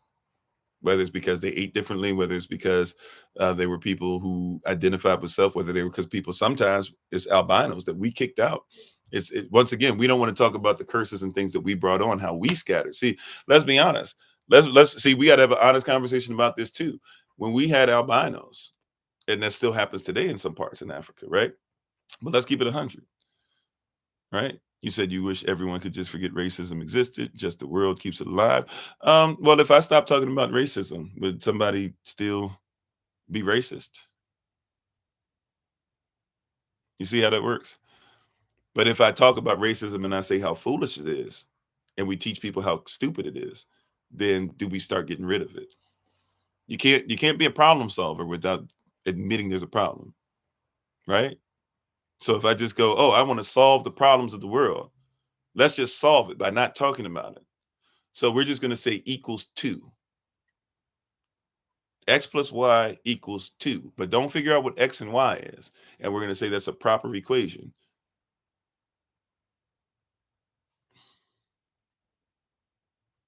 You said if you stop talking about cancer, it will go away. Yeah, thanks, babe. Yeah, exactly. Right. Like it doesn't quite make sense. I get what people mean, right? I wish I didn't, as much as you think that I love talking about it, I wish I didn't have to talk about this because I wish it never existed just like you did. But that's like my child, right? My child is sitting there limping and bleeding. And I say to myself, I'm going to pray in the name of Jesus, let this child be healed. Right? Like you look at me kind of strange, like, no, your baby is bleeding. They dragging their leg. They might have a broken bone. Take them to the hospital. What you doing? Admit there's a problem. Take them somewhere. Do something about this. No, I believe. But faith without works is dead, bro. Like your faith ain't gonna heal that child right now. You're gonna let your child die. Like the way that they look at their eyes are turning colors. That might be internal bleeding. Do something. No, I just I'll stop talking. If you would get out my house, if you would stop talking about my child being sick and beaten and bruised, then you would, and then you start. You know what you do? You'll turn towards me and you'll say, "Did you beat him? Did you beat them? If you would if you're not worried about them being beaten, did you beat them? If you're just gonna act like praying over them is gonna change it, did you put them in that position? Because there's no way in this world that you wouldn't take them to get help unless you're the one that put them in the position. Oh, thank you, Ravakakodas, for that today. Like that's a word. See, and that's what happens. You got to start asking yourself, either you down for the beating or you beat them yourselves. Salah. Oh, that hurts people's feelings when you talk like that, but that's real talk, right? If that's my baby, my humanity, if you will, we're both human beings. If it's any child out there and I see that baby dragging their legs and there's a crowd of people and everybody says, let's go and take him to the hospital. And somebody says, no, let's not take him to the hospital. They'll be fine. Everybody's going to start asking questions about you. You say we're all human beings where these people are bleeding out and they're telling you they're bleeding out. And you say, I wish people would just stop talking about race. Seems like you're down for the system. If the shoe fits, wear it. If it don't, take it off. So Jewish people prevent the horrors of the Holocaust from happening again by making sure we never forget it happened. Why not black people? Why not us? I'm down. 10 toes down. Watch this. Are you ready for this? If you went to a Jewish person and said that you should love a German person, how do you think they would react? Now, I believe they should, but how do you think they would react? And would you be mad at them for reacting that way? If you said, man, you Jewish people need to forgive the Nazis, I agree with you. But if they didn't, right? If they looked at you weird at first for you saying that, you said Moses wasn't black. Well, what color were the people of Kemet? Somebody already muted them. We gotta let them talk a little bit, y'all. No, I'm just messing with you, right?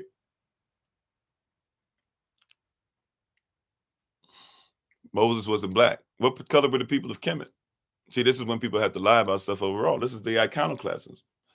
See, so as we've scattered, and as these people have scattered, so you got to realize too, these people, when we scattered, the truth scattered, which means that these people have no truth. Now, I was just joking. If y'all do what y'all do, I was just joking.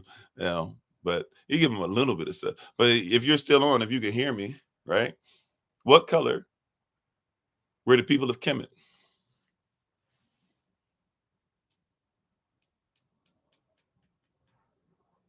What color were the people of Kemet? Matter of fact, Moses married a Cushite woman.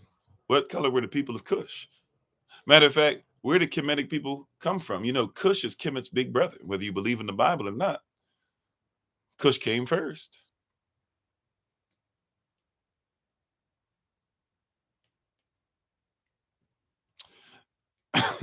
Yeah, I saw people talking about first of all, Kemetic people didn't say they were blue.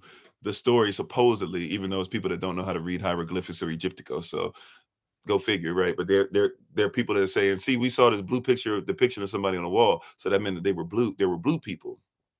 But if you see somebody who's talking about a blue person that's blue in Egypticos or hieroglyphics, what they're literally saying is that that person, at least in Kemet, other hieroglyphics could say stuff different. But what they're literally saying, as far as Kemet is concerned, they're saying that person is deified. Like that's somebody who's turning into a netcher. They don't have gods; they have netchers, right? Right. But there have been people out here talking about that there's been blue people, and that's where they got the stuff from Avatar, which they could have got it from the hieroglyphics, sure, but there was no really, now there are people that are known as blue black. There are people that are known as blue black people, where they're so black they're blue, or even blue purple, black purple. They're so black they show like purple hue, right? Well, you could say it kind of. I would. Well, I don't really. I don't. I'm terrible at colors. My wife would be like, "Oh, that's this, and it's not purple." Blah blah blah. So I look at it as purple. But I guess now that I actually had to start doing something. Somebody when they got their tassels, they wanted something indigo. So I guess I could see it being like more of an indigo sometimes too. But I think of it as being purple. Yeah, in the Sudan, you got blue black, right? So there are people you got. Yeah, I mean, there's Americans that are blue black that you make fun of them, like they so black they blue. He said, first off, anyone who lives in that climate would be darker by today's construct. Yeah. But you got to realize, oh yeah, and most men are colorblind. Yeah, I can't see color. I try to tell people if you can't see color, as far as natural law is concerned, um, if you can't see color, then you have a problem. Like you're not supposed to do certain things. Like people who can't see color, who are colorblind, depending on what kind of colorblind, what kind of colorblind you are. But there's people that they can't track animals when they go hunting. They have to bring people with them when they go hunting because they can't see the blood on the ground. So they have to like either back way up or they have to like look for other tricks of the trade. But they can't even if they go hunting and they hit, they go hunting, release, and then they hit the deer, they can't even track it anymore. So people that are colorblind don't even recognize when you're saying that you're literally saying that you can't really trace a lot of this stuff because you're so busy ignoring part of humanity that you don't realize that you can't see part of humanity.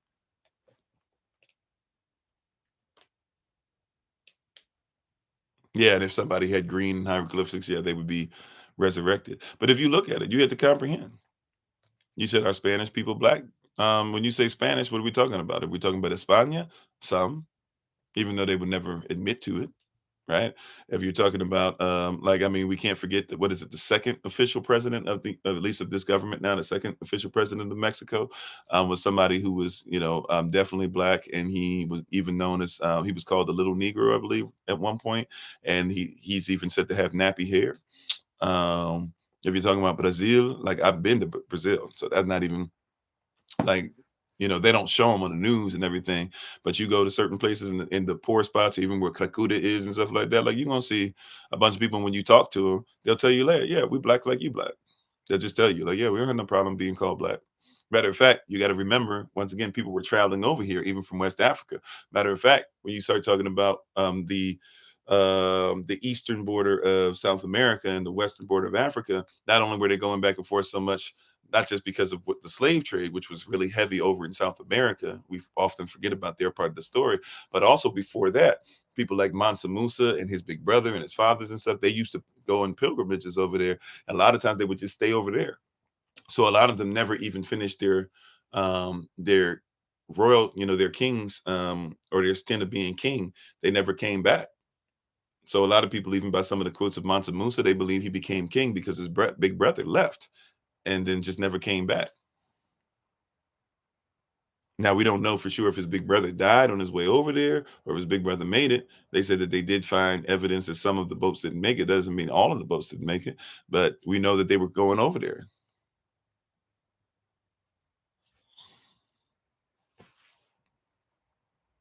Right? You said Moors sold the Israelites out. Once again, the Moors, some of the Israelites were Moors. We're making this thing into like we got to be against each other. Not every Moor went into slavery. Not every Moor identified as an Israelite. Not every Moor identified as an African. Not every Moor, and even what you're talking about, African is different, right? Not what we think of African today. We go by what somebody laid out. You got to remember, see how we're scattering, and we're not careful. Israel continues to scatter. Watch this. You're you have to have a 14th Amendment mindset in order to believe that just because somebody's an Israelite, they have to be an Israelite. Because somebody's a Moor, they have to be a Moor. Now, somebody missed that. 14th Amendment citizenship goes like this. We don't want Black people to be freedmen. So rather than allow them to be freedmen, allow them to be free, what are we going to do?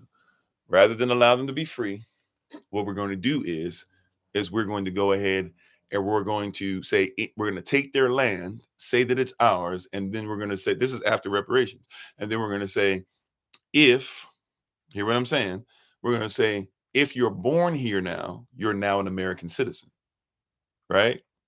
So a lot of you think you're American citizens because of where you were born, but you don't know that until that happened in the 1800s, yo. That ain't that long ago. You think this is something that's always been. They tricked you. And your parents and for generations now, thank you for the love. For generations, they've been going by the same thing, right? But it's not where you come from that matters. It's who you come from. That's why people that become private citizens and become sovereign and take those first steps on paper and then start living the rest of their life, they don't when you sign the paperwork, your goal is to make sure that it's known that you don't care about where you come from anymore. You care about who you come from.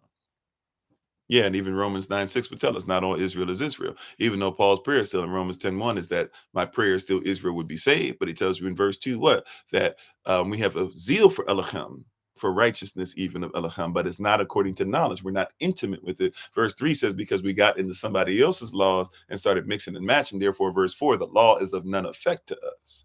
You can't hold me accountable to the law if you don't know it yourself. So a lot of you are so quick to be like, somebody says, where are you from? You say Brooklyn. And when you say Brooklyn, in your mind, you think that's who you are. In Brooklyn, we don't do this. In Brooklyn, we don't do that. In Chi-Town, you know this how we roll, man. We wear our clothes like this. Yo, man, how you gonna be over here talking about West Side and you ain't got no chucks, bro? How you gonna be over here in Brooklyn? Look at your Timbs. Yo, why don't you make sure that you got why are you wearing your pants over the top of the Tim, son?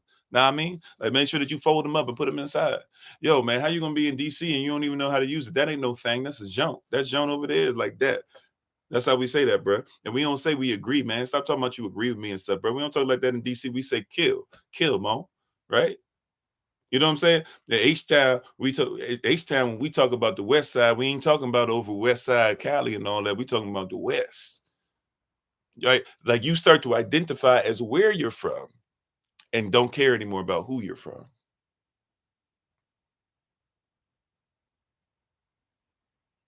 You see that?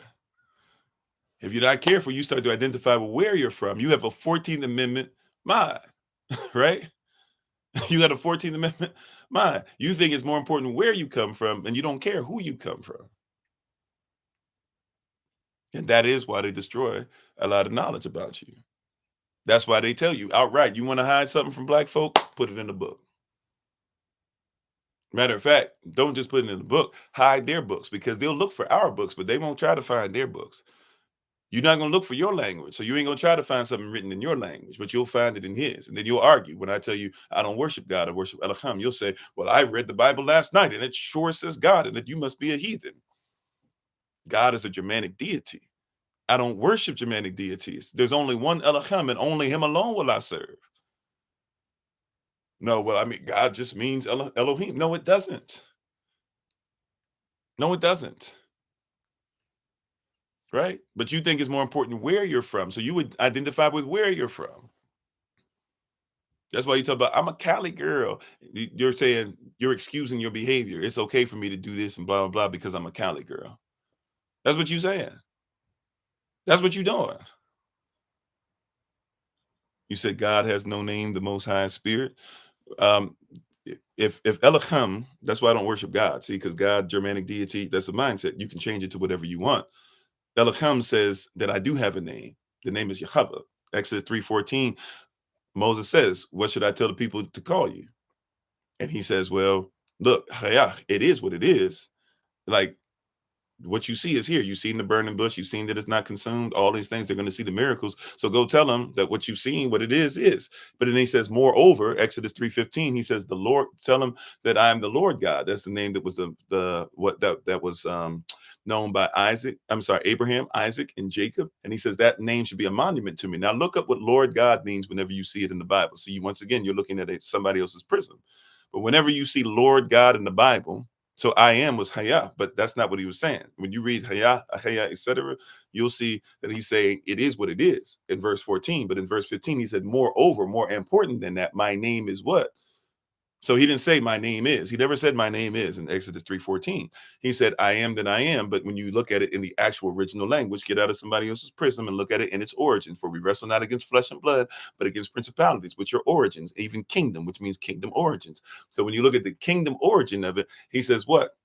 He says, look, yeah, it is what it is. Hayah. This is the environment. Tell them what you're going to see. Show them these signs. But more importantly, since you did ask, verse 15, tell them my name is Lord God. Lord God, always when put together in scripture, is always Yahweh Elohim. So you can say he doesn't have a name, but he said what his name was. You said you can't name a spirit? Well, then that's fine. To each their own. I'm not trying to be right. I'm trying to be righteous according to our standard. If you don't believe what the Bible says, then you don't have to. I won't get into an argument with you about it. I apologize if I sounded like I was going, all right. Yeah, you didn't ask anything? Okay. And I'm not backing down what I say. This isn't for everybody. I appreciate you standing up for what you believe in. Most people won't, right? But for those who believe in the Bible, you got to read what it says. He told you what it says. He told you what his name was. Now, if you believe in a God, God can be whatever you want, but also be careful because some of y'all think gods are Kemetic. Kemetic people don't worship gods either. They worship Netchers. Some of y'all think that Yoruba people, you're talking about the Yoruba gods. In Yoruba, they don't have gods. They have Yorija. You see what I'm saying? So you're out here talking about stuff, trying to make it fit Master's perspective. You don't know your perspective. You don't know how to say Aleph, Bet, Gamon, Dalet, He, Vav, Zion, Hit, Tit, Yod, Kaf, Lamed, Mem, Nun. You don't know those. You don't know that the Aleph, Bait, or the Aleph, Bet came before the alphabet. So you out here going through the prism of the alphabet and don't even know your own Aleph, Bet. You don't know where you come from. You said there's over 3,000 different religions. Well, the word religion literally just means a legion of people that repeat the same thing. There's way more than 3,000, by the way. There's more than 3,000 religions that are that come into existence every day. There's also way more than 3,000 religions that die off every day, right? But if you're talking about what people call themselves, sure, people call themselves many things, right? They name themselves. So what they name themselves, a name, Shem, name, is authority. That's what the word name originally meant before people changed it. So a name is an authority. So whatever you authorize yourself to be, you start religiously doing those things. You start becoming a legion of people that repeat what you are authorized to do. You said Jesus is God, anything else is by Satan, but Jesus means half man, half Zeus. Why do you worship Zeus and then say that if you don't worship Zeus, you're satanic? When Zeus himself didn't even think of Satan as a real being. Well, what they made up about Zeus, right? Pegasus is the horse of Zeus. Zeus is the daughter of Zeus. Zeus is Zeus. Then Yesu, or now Jesus or Jesus is half man, half Zeus. Or if you want to say Hail Zeus, why would I think that I'm satanic for not calling Yashara'al or Amanava'al? Why would I think that I need to call him Zeus? See, but when you get scattered, right? We just said that earlier. See, when you became scattered, the truth became scattered.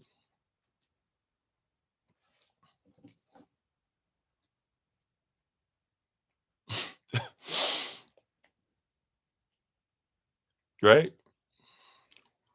When you became scattered, the truth became scattered. How you doing, House of Lux? Thank you for the compliment. How you doing, Off Grid? When you became scattered, the truth became scattered. You kept losing more and more, and what happens is you continue to be scattered because now somebody's dealing with it, and people have an emotional response. I'm simply telling you what is. I'm showing you what is. You can look this stuff up for yourself. Somebody even put in the comments how to spell it out in Greek. You can look it up. Matter of fact, if you got something as simple as this, right? 1611 King James version of the Bible, and you can't really see it. There you go. You can kind of see it here, right? 1611 King James Version, the original King James Version. Read this and you'll discover there's no letter J, not just in the name Yesus, but also there's no letter J anywhere in it because it didn't exist yet. So if the letter J didn't exist in English yet, how in the world, when the letter J and the J sound doesn't exist in Avda or Hebrew language, how in the world does it even exist now?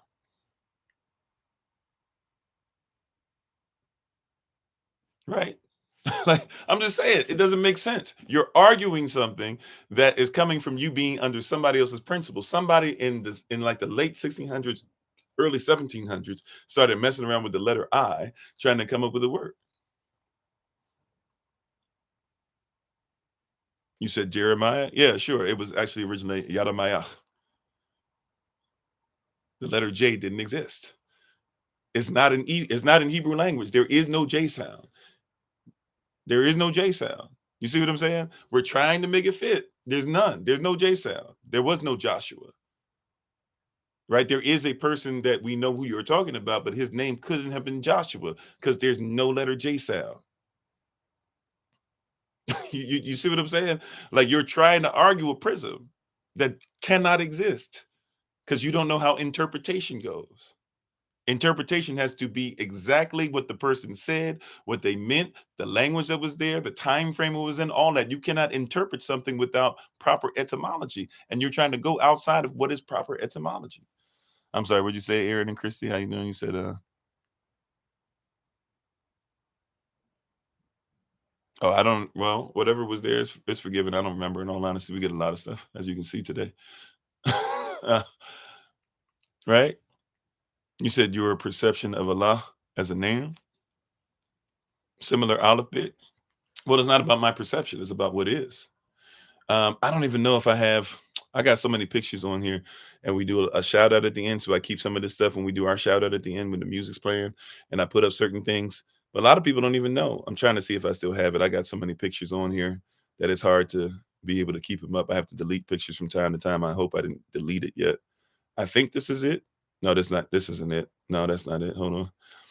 I might have got. I hope I didn't get rid of it now that I'm talking about it. Yeah. Okay. Now they didn't say Yahuwah because we don't have a "oo" sound either, but some people go by Yahuwah. That's more of a Greek transliteration, but I won't argue that right now. But before it was only known as Allah, which by the way, Allah is short for Allaham. There are people that actually believe in the same Bible that we believe in, but they don't use the term God. They use the term Allah, but they don't mean what the Muslim means when he says Allah either. So, we have this weird thing like people don't know the word Arabic actually means nomadic. So now you think Arabic has to be a group of people because there were some Arabics that took over other people as and made their own kingdom. But Arabic used to mean nomadic. So technically, Israelites are Arabic because we were nomadic, right? But let's go ahead and look at this though, right? So even before then, you can see that there was a name that even people before pre-Islamic Arabs called the Creator. Yahweh, or you would say Yahuwah, or Yahahua, etc. But they didn't say Allah. And some of them, when they first started getting into the Quran, still would slip up. Like a lot of people, when we come over to this, you'll still keep saying God and this and that or whatever, right?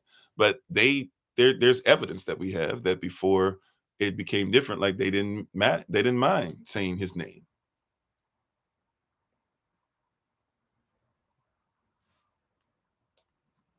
Okay, if that's your belief, Takun, that's fine. Right? You don't have to agree with what I'm saying. Everybody has a right to question or not believe or not even listen to.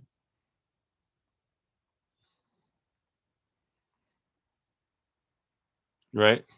Yeah, that's why Jose, right? Right? What is it? Ah, be. I forget how to do that. Big, se, de, e, f, he, e, or ache. Is it ache? Then e, and then e, and then he, right? Something like that. It's been a long time since I've done Spanish 101. But that's they don't have that there. Right? And we don't want to talk about those things. So Even in that, we can see very clearly, right? We can see very clearly. Like we're talking about stuff without being honest. We're not having honest dialogue concerning, what we're speaking of today. Like, let's be honest about this. That iconoclasm takes many forms, right? Do you know what iconoclasm is? You said, why was the J added? Yeah, it's convoluted, bro. And I'm being honest, I don't even 100%. I know the guy that's usually pointing at it for it, but I don't even necessarily 100% know either. You know, yeah, and people are definitely programmed. But let's have honest conversation about it. Like, why is it that we have ancient documents that say people looked a certain way, but we say that they don't, even though we have ancient proof dated by people of all types of civilizations? Like, why don't we have a conversation about that? If you'll change, see, watch this. This is how easy that when people say race doesn't matter and all that, and look, I get the social construct piece that they're trying to say. But when you say it doesn't matter what somebody is, who cares? Well, the question is, number one, it did matter for the longest time. They had to look a certain way. Then when we say, let's be honest about it, and you say, who cares? There's a quote that goes like this. I can't remember who it is. Yasir something, Yasavagav something. I can't remember his name. He's a Russian cat. But he has a quote that goes like this. Whenever the truth is covered by silence, the silence is a lie.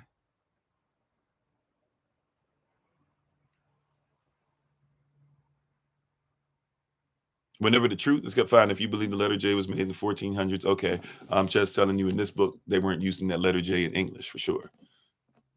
Right? Like we have evidence that they did not use the letter J. Right? This is from 1611. So in the early 1600s. And this book wasn't even allowed to be used until the 1700s. But either way, however you want to do it, my point is that you didn't have Israelites at the time of Yashva somewhere around the year 0, right? And then further back than that, when the language already existed hundreds, thousands of years, right? Because it's not just an Israelite language, it existed before Israel. It existed before Hebrew. Hebrew was born into people that spoke this language. Look up his pedigree. That means it's a Shemitic language. Shem spoke it, which means it's Na'ah, Noah. He spoke it, which means Lamech, right? Lamach. He spoke it, which means who?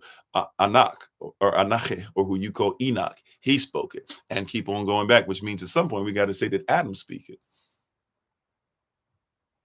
Not every language was scattered. The language of the 70 were the 70 tribes that were trying to come against the Most High. And if we're not careful, Israel, or even those grafted in, continue to scatter because we continue to come away from a mindset, right? Well, part of what Avda means to cross over, sure, which is how we also know that those people were crossing over because the Hebrews were crossing over from where? Crossing over from one side of what we now call Africa, Alkebulan, Ethiopia, whatever. They were crossing from one side to the other. But we continue to scatter. You said Jesus spoke Aramaic. Well, Jesus could be whatever you want because Jesus is half man, half Zeus. Now, if you're talking about Yahashua or Yeshua or Yahushua, Yahabashai, et cetera, you're talking about him. You have to recognize that when you say Aramaic, Aramaic people use the alphabet, meaning that they still were using a Avda or Hebrew language.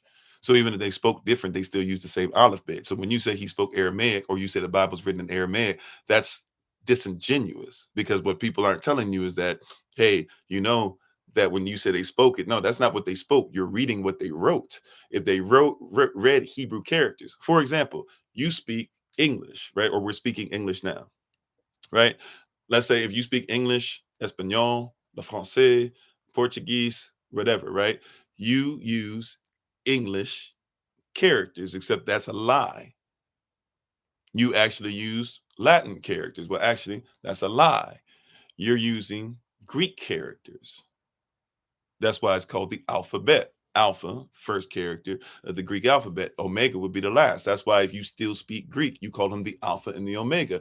But you don't know that before it became a Greek language, they had writings, but it was not one writing that they could all come together in. So they hired a Phoenician, somebody of Carthaginian, Phoenician, Canaanite, Israelite, Kemetic, Cushitic blood mixed together.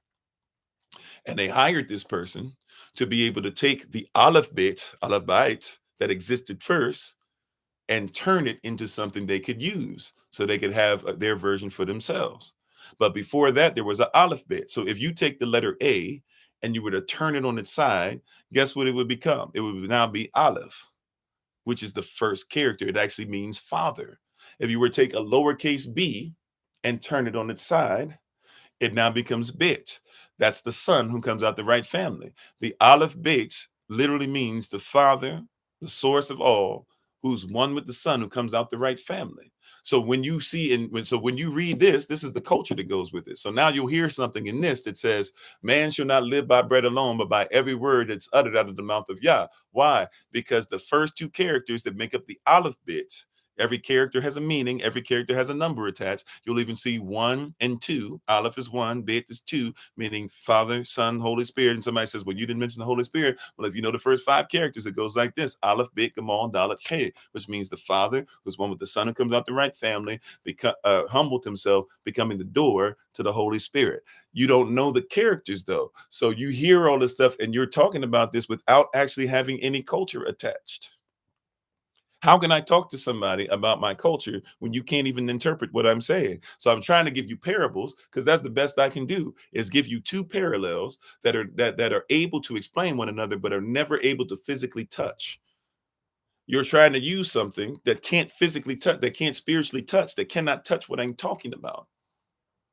Right? I have to use a parable, even when it comes to science, right? Even when it comes to the creation, you're sitting up there saying the creation doesn't make sense because it's not scientific. But if you know how stuff works and you're into law, natural law, how can I talk about creation without talking about gas, liquid, and solid? How do you keep saying that gas, liquid, and solid already existed without having to become solid? How does solid exist without, like, even in evolving? If you believe in evolution, right? Because there's 6 types of evolution, but let's just deal with the one type of evolution we're dealing with, having the concerning specifically, right? How you get all the stuff on that chart y'all like to use: hydrogen, right? Oxygen, nitrogen, etc. Right? How does one evolve into all of them? How does that even become hard surface? See, it's explained, but you don't know how it works. You don't know the universal principle. What does universe mean? Universe means uni, a verse, verse is spoken sentence. Put it together, universe, a single spoken sentence. So you're dealing with a periodic table. You don't even realize everything in the universe has to be a single spoken sentence, or else you should stop using the term universe. You said people existed before the language, but the word, sound, energy came before it all. Well, even if you think about it, when it was spoken, it was a spoken word, which meant that there was a word that was spoken before people, but the word existed before the people did. Although the spirit that's in the people existed before the people did, which meant that the word was always in their spirit. You see? So it goes into a lot of different things, right? But we're dealing with this stuff where people don't understand. Barak Allah Sham Yahava. What am I saying? There's a word, as a universe or there's a verse. I didn't create the universe, but there's a verse in there that I spoke. Right? But the universe itself is a single spoken sentence. So what does it say in the first part of the sentence? What happened when he spoke the sentence? Right?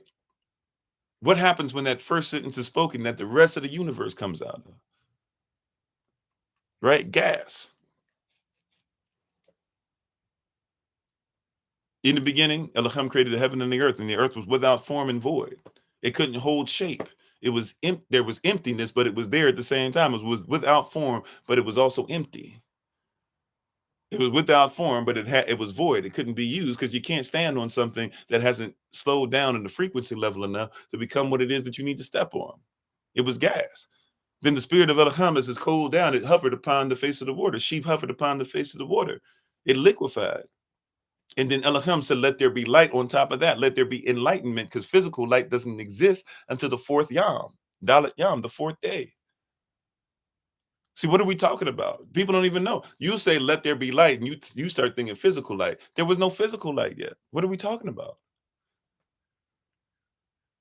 So how can I talk about it? We don't even comprehend gas, liquid, and solid. But we're still scattering. We're still arguing over this stuff. Even if you don't believe in what I'm saying. Yeah, Wendy, a lot of us got to continue to get better and understand it for sure. But even if you don't comprehend what I'm saying, instead of saying it's wrong, do you even know the context that I'm speaking in? Right? It keeps on going though, right? Because hovers upon the face of the water, let there be enlightenment just upon the face of the water. Now the enlightenment has to go over even the dark places, which is why he says what? Next, separate the darkness, the confusion from the enlightenment. You're thinking colors. You're thinking absence of color there. You're not realizing it's not even talking about color or light because it doesn't exist yet. We're just trying to get gas to slow down enough so that what's going to happen next? After that happens, what's going to happen? It says then there's going to be something called the Hakwai. You call it a firmament because you believe in Greek gods. You don't know that firmament is, in the beginning was nothing. Then Gaia is the Big Bang. Then Gaia had two children, Neptune and Firmament. Firmament is supposed to be the god over the top waters, and Neptune's supposed to be over the bottom waters, and the Earth's going to come out of Neptune. They repeated the story, but they gave you a new alphabet instead of an alphabet mindset. You see? Like, so you think there's a firmament. You don't even know what acquire means, but it talks about the acquire, right? And it says that the waters that have now started to have enlightenment, once they get fully enlightened, there's a separation. He said, let it separate. Well, now we see a physical manifestation. He says they separate, and he says there's a hard surface that goes up top, which, by the way, they've tried to put a nuclear bomb through it.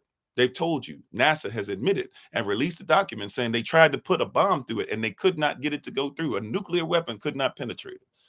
Not just the Van Allen belt, but even something greater than that. They've admitted to you that there's something they cannot get past, right? They've admitted it. And so it says that that was the hard surface that was up top. You call it firmament because you're in the Greek gods and don't even know it, or Greeks deists. We got to be careful, deists or deities, right? But he said there's a hard surface up top. So that's gas, liquid, solid. What happens on the third day? Then it says on the third day, the herb yielding seed comes up with the earth. That's solid on the bottom. Gas, liquid, solid. And then after that, seed is there, right? But seed can't grow without what? There's water there. The water came out of the earth. There's geysers and things like that. So the seed can be watered, but there's no what? There's no light. You need photosynthesis. There's no light. So what has to happen? Then on the fourth day, you have the sun, the moon, and the stars. In your mind, the sun has to exist before the earth has to exist. But the Most High said the earth had to exist, and I made the sun to be able to make sure that it takes care of what I'm going to put on the earth. And then after that, I still got to make sure that that stuff is maintained. Now I got to put birds in the air to take care of that hard surface up there, right? But then I got to also put fish in the sea and stuff to take care of the things that are going to start dealing with the stuff that's coming out the earth.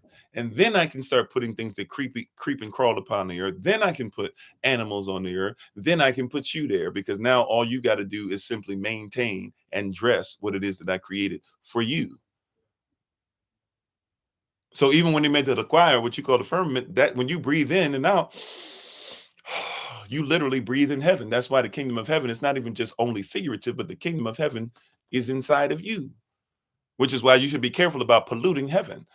It's violence against nature, and the kingdom of heaven suffereth violence, and the violent take it by force. You catch it? See, but you're not thinking properly contextually because you've been scattered. And the more you get scattered, the more you keep trying to come up with, this is my perspective, this is my, instead of it becoming a oneness.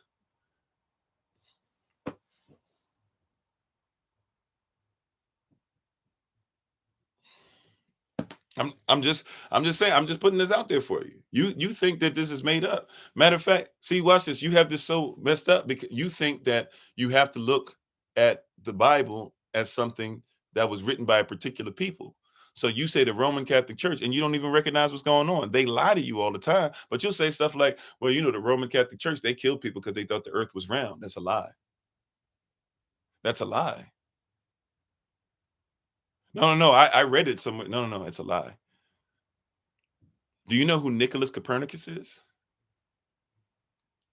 That's I don't have to even go any further. If you know who that is, you know what I'm talking about. That's a lie. Do you know who Nicholas Copernicus is? Do you know who Martin Luther is?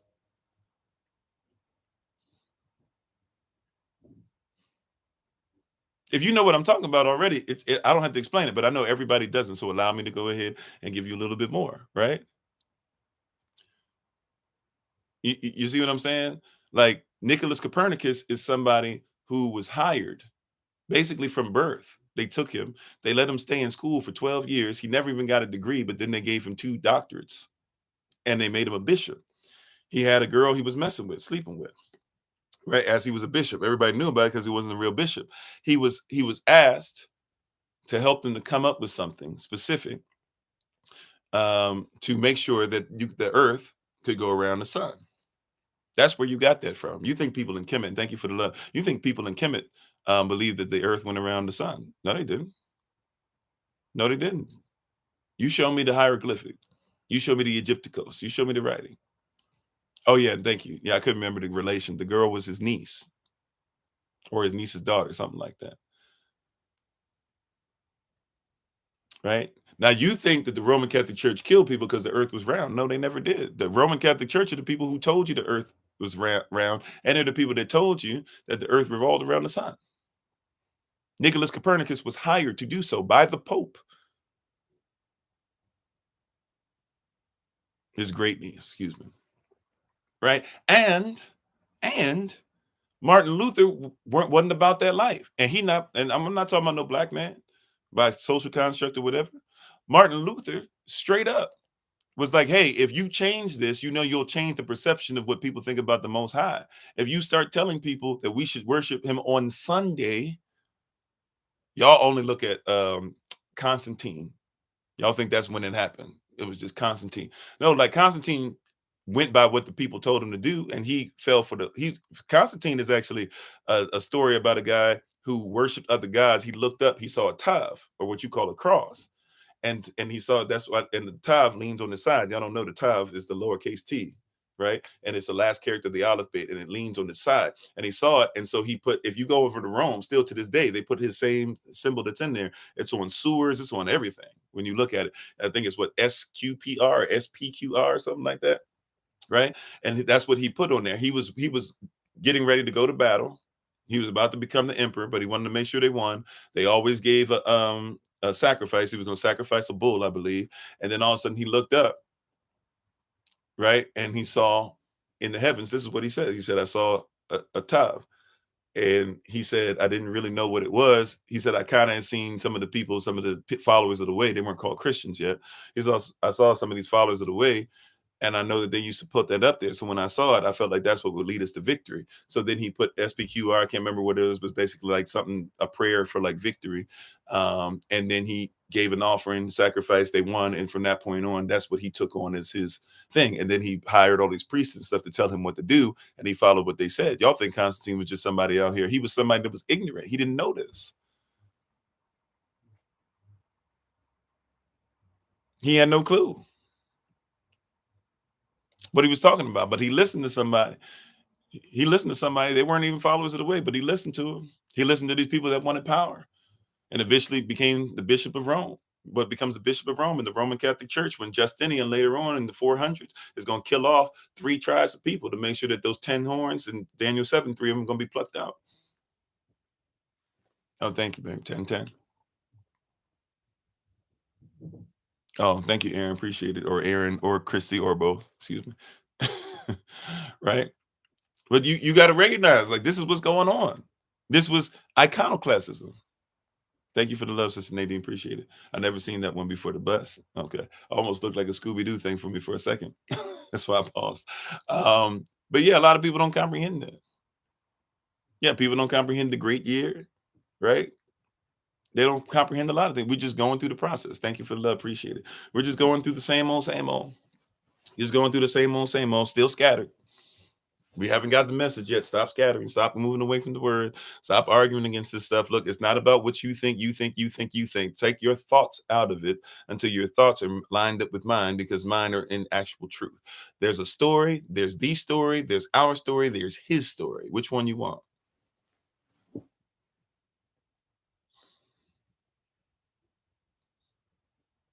Right? Which one you want? You want his story? You want the story? Sometimes they line up, but sometimes they don't.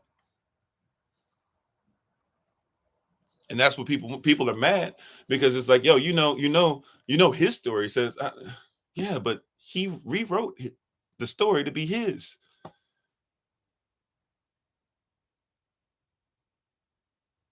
Do you want what actually happened, or do you want something that works well in movies? Because when they see, this is the one thing about it too. You assume that just because it's written in the book, they don't do the same thing they do to movies. The Kingdom of Heaven, the one with Orlando Bloom in it. They lied on almost everything that happened in the story. Like almost none of it is real. They try to figure out what they think you'll like or what the director thinks is like, and they want you to go to their vision. But it's the same director that give you Aliens and messed that up. Or hold on, did he mess that up? He did Aliens too. Okay, I guess he did a great work. Aliens 2 is actually off the chain. Right? But the only difference is they told you that one was based off a true story, and you read a lot of books that are based off of a true story. Even the language you're speaking is based off of a true language. But this even English is called English for a reason. It's called Spanish for a reason. They don't call French Frenchish, do they? It's le français, not just French. It's the French, le français. Like if you go to France, you're supposed to name your children specific names. Why? Because in our culture, that's what they're telling you. In our culture, these are the names that we use. Period. It's the French. Right? Don't be over here naming your child something else and think that we ain't gonna look at you funny, because over here, this is the French. This is how we do it. Yeah, ish, ish, similar to. That's why when you even say this some ish, you be thinking it's always reversing the SHI, you know what? But the reality is you actually saying this is something that's similar to. You said if they watch some of these animes, they would also explain some of what you're talking about as well with the church. You have to listen to what they're saying, what they're not saying, and what's been done on screen. Yeah. Yeah, there's a lot of stuff they're telling you. Right? Like there's a lot of stuff that you're not seeing. See, you're speaking English. That means it's Anglo-ish. It means it's Anglo-ish. Nobody speaks Anglo anymore. There's only a few people in the world that can speak it. So when you say English, you don't know that 40% of English is French, because a whole bunch of your rulers, if you still speak it in English, you're governed by what you speak. So a whole bunch of your rulers, what? They were French. So 40% of your language is French. English at one point was considered to be the language of the poor. You didn't even care about English being something that was used with the Bible. You're supposed to use Latin or Greek, right? Because the Roman Catholic Church used it. It wasn't until King Henry VIII wanted to break away, when he wanted to start having as many wives as he wanted to have. And the Pope was like, even though the Pope was tripping and having as many girls, but he, nobody knew about it. At least it wasn't something that was well known. But the Pope was like, you can't make me look bad out here. I'm supposed to be the King of Kings, and you out here as a king underneath me trying to marry whoever you want out in public and stuff. You can't do that. So basically he broke away, and he took what was a grassroots movement called Protestantism. He made it his own, made himself the first Pope of Protestantism. So if you're a Protestant, you all have a Pope. His name now would be, let's see, what Queen Elizabeth just died. What's her son's name? King, I'm trying to say King Richard. I know that's wrong. What is his name? King Charles. That's who your Pope is now, King Charles.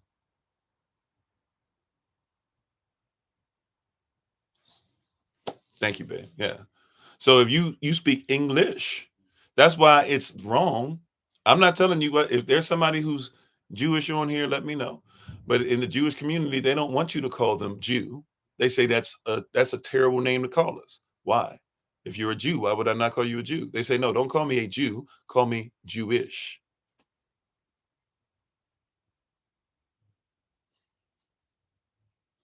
What does that mean? Why don't you want to be called it? Why is it a slur to call you what you are? Right? If somebody says you're Ghanaian, Kofi, right? Can I call you Ghanaian or can I call you Ghana? No problem. Why would I say call me Ghana-ish?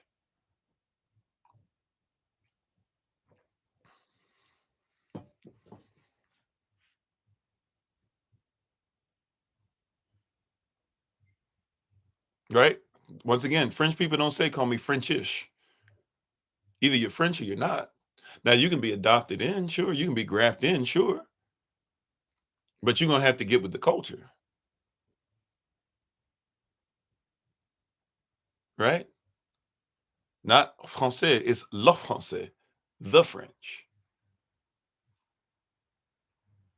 Even British, yeah. Like we know what these words mean. We just don't like etymology, and we've taken so much. We once again, a lot of us are scattered to the place to where now we think it matters where you're from rather than who you are from. When you say, "Oh, I like your accent," and I'm not saying it's bad to like one's accent, but what we say is what? I like your accent. What are we really saying? Oh, I like where you're from. But we'll ask about the accent. As a matter of fact, and I get it, like it's considered to be personal. But back in the day, if I met you, before I would ask about your accent, I would say, who is your father? Who is your mother?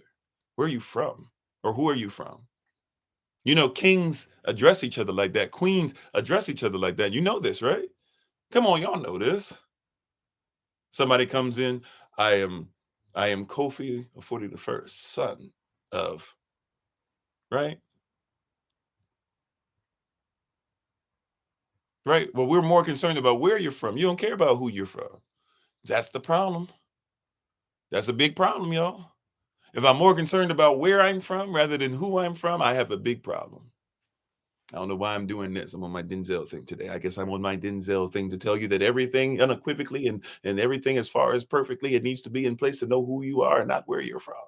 I don't know why I'm on my pointed thing today, but it's real. It's real. you know, Like you gotta recognize where you're from. I mean, who you're from. Yes, where you're from. Awesome. I'm not saying it's bad. You from Pittsburgh, cool. You from San Fran, cool. You from Chi-Town, cool. You from Zion, cool. You from Waukegan, cool. You from Lake County, you from Cook County, you from Buffalo, you from Miami, all that stuff. You from Pleasant Prairie, you from wherever you from Prairieville, you from H-Town, you from Dallas, you're from Thomasville, you from Macon, you're from Atlanta, you're from Decatur, wherever you hail from, that's cool. But who are you from?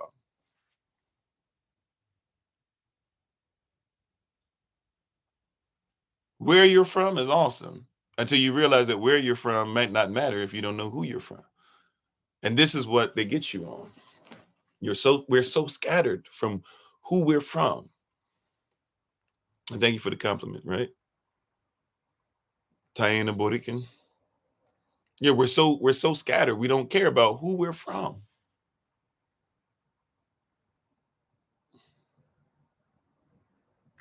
right? We're so scattered from who we're from. We're having arguments in the scattered places. Ooh, I like that. That's a title right there. right? We're having arguments from the scattered places, right? That's what we're dealing with. We're having arguments from the scattered places. See, you're more concerned about where you're from. I don't know why we call ourselves African American or this and that. We're all American. Okay, that's who you're from. Are you saying that you're from blackface Tea Party? Like legit, that's what the Tea Party was, 1776. Or are you from the original American, a copper colored person indigenous to the Americas? Who you're from is more important than where you're from. And that's why you don't have the sovereignty. That's why you're not private. That's why you're not willing to just do some simple stuff to make sure that you don't deal with benefits or privileges, because you're more concerned about getting privileges and benefits from where you're from rather than having the benefits or privileges that have been through your family lineage, who you're from. And you keep thinking, well, I come from slaves. You think that that's all there is to you? I know it's February 2nd and we're only into the second day of Black history, but might I remind you that before, right? I mean, we can talk about Justinian. Matter of fact, I didn't think I was going to use this for this. I was doing my research. I might have some pictures I might be able to share with you again that I didn't really plan. I think these are them, right?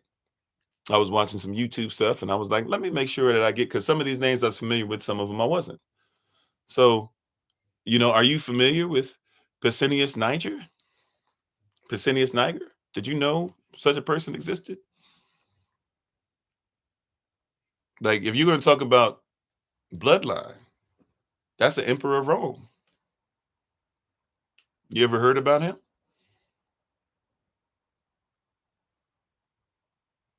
He looks just like some of us. right? That's your people. Pescenius, Pescenius Niger, because his family was Nigerian or Negus or Negus, but they would be from the land of Niger. Not even where Nigeria actually is today, although some of those people are from the land of Niger. By the way, you know there's a country called Niger or Niger as well, right?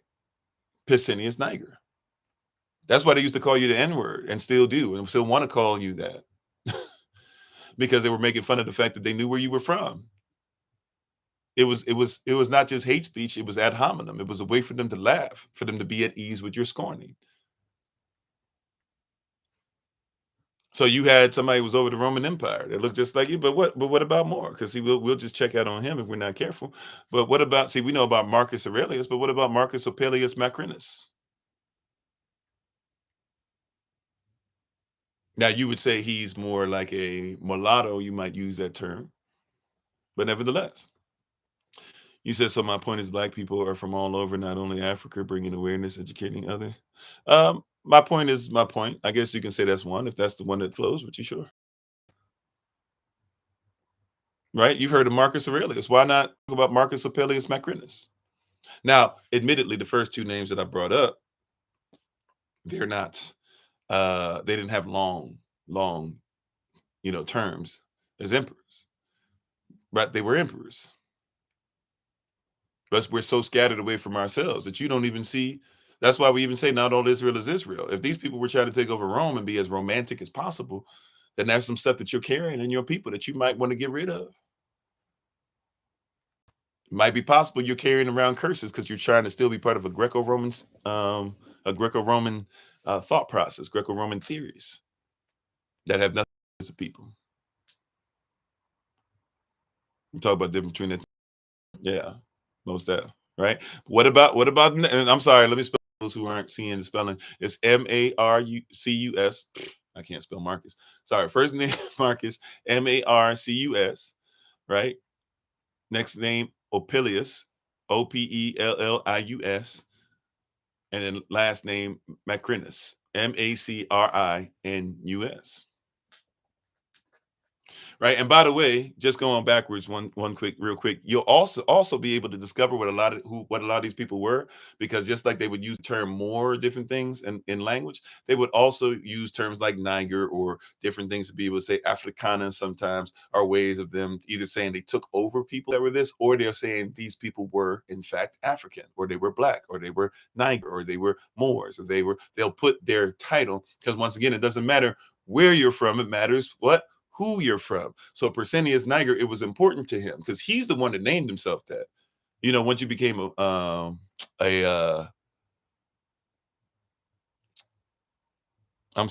emperor. I was about to say dictator, but dictator had to be voted. You had to be voted to be dictators. You guys think that dictators are something different than what they really are. Dictators, you had to be voted to be one, right? But these people, once they became emperor, they named themselves. So it was important for him to let you know he was a Niger or a Niger.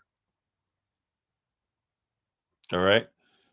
It's important for Marcus to let you know through Opelius his bloodline. Right now, when we're getting to this, here's somebody else. Right, Nicephorus Phocaeus. These people that we never think about. Somebody once again you would have probably called like mulatto or mixed race or whatever. Right. So this one is spelled Nicephorous.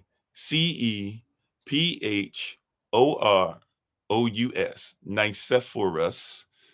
Last name Phocas, or like focus almost, but Phocas.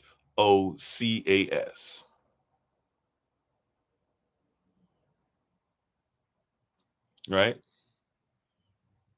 So when you talk about focusing, do some research on what you're talking about. Might be surprised what focus looks like. Okay. Let's go again. See, here's another one for you. Right now, this is one of the first ones I learned back in the day, right? Like, and a lot of people don't know. Septimius Severus. Septimius Severus. He's, by the way, the one, because you guys think Julius Caesar. A lot of people, even English people, which is interesting to me, will think that Julius Caesar is the one that made England. But no, it was Septimius Severus, down to the aqueducts and down to the sewers and things that are still used to this day that you walk over all day, every day. If you're one of our people, we got a few people now that listen from, in the UK again. And if you're one of the people that are over there, I promise you, you walk over streets with Septimius Severus fingerprints all over the place and don't even know it. But some of the cobblestone even that you're looking at or whatever in certain places, right? Septimius Severus. Septimius, Sept, right? Imus. Okay. Sept, number 7 in his name. Severus. There's some numerology going on there. We don't have time to go through all that. You said kind of looking like Mansa Musa. Septimius Severus. So if you have Septimius Severus, what is Septimius Severus was an African king. I cannot remember if he was like not from the Liberian area. Liberia, by the way, wasn't a country back then, but or even a people. But what was that? Not Liberia, Libya. I can't remember. He's like Libyan or if he's Carthaginian, or at least like I can't remember exactly where he's from on top of my head right now. But he is somebody who's African and had 2 sons behind him on the throne. Now his sons kind of wilded out a little bit and didn't really, do what they're supposed to. But Septimius Severus is the one, like you guys know about Marcus Aurelius, but Marcus Aurelius got stuff to a certain level, but then Septimius Severus took it to the next level.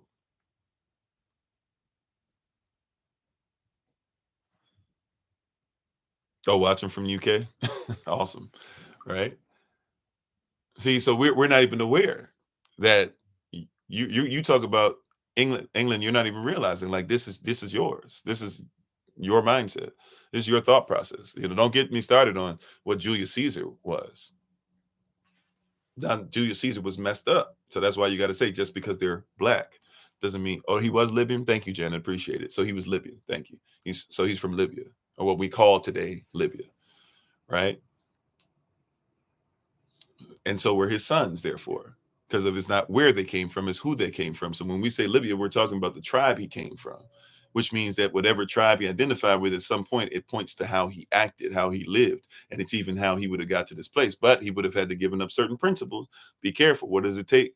What does it mean? What does it matter for a man or woman to give up, to get everything in this world, but give up in the process their soul?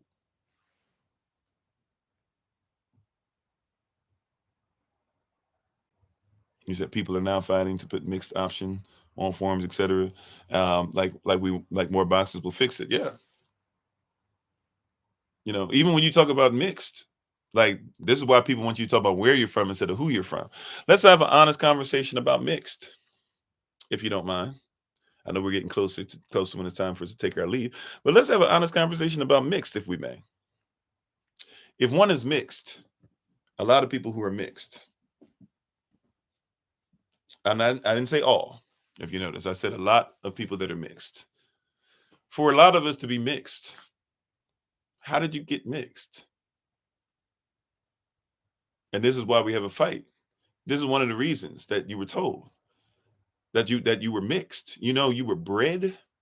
You know that, right? Like you were bred like a dog, like chattel,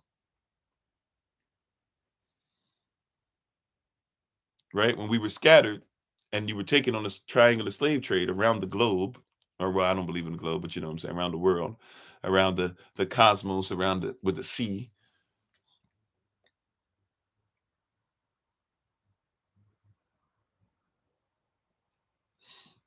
What did they mix you with?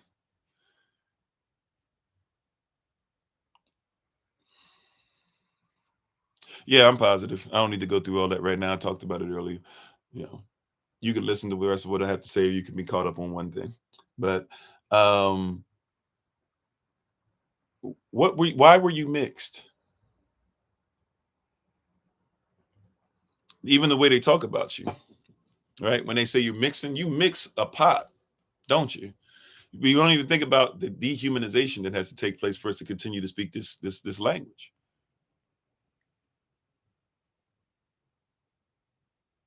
Uh-oh. If love is the solution and we're all to come again as one, then mixed is the future. Okay. So why are you mixed? I didn't say that I didn't say you're a bad person because you're mixed, right? But if the whole thing is to deny what happened, then that's cool too. I'm not going to deny it. We're going to deal with it, right? So why were you mixed? Why did they put you in a pot and mix you together? Right? I didn't say everybody, right? But I'm just talking about it. We're going to be honest about a huge part of the story, which they're trying to lessen in his story, right? If it's a huge part of the story, right? How many years has slavery existed in the United States of America?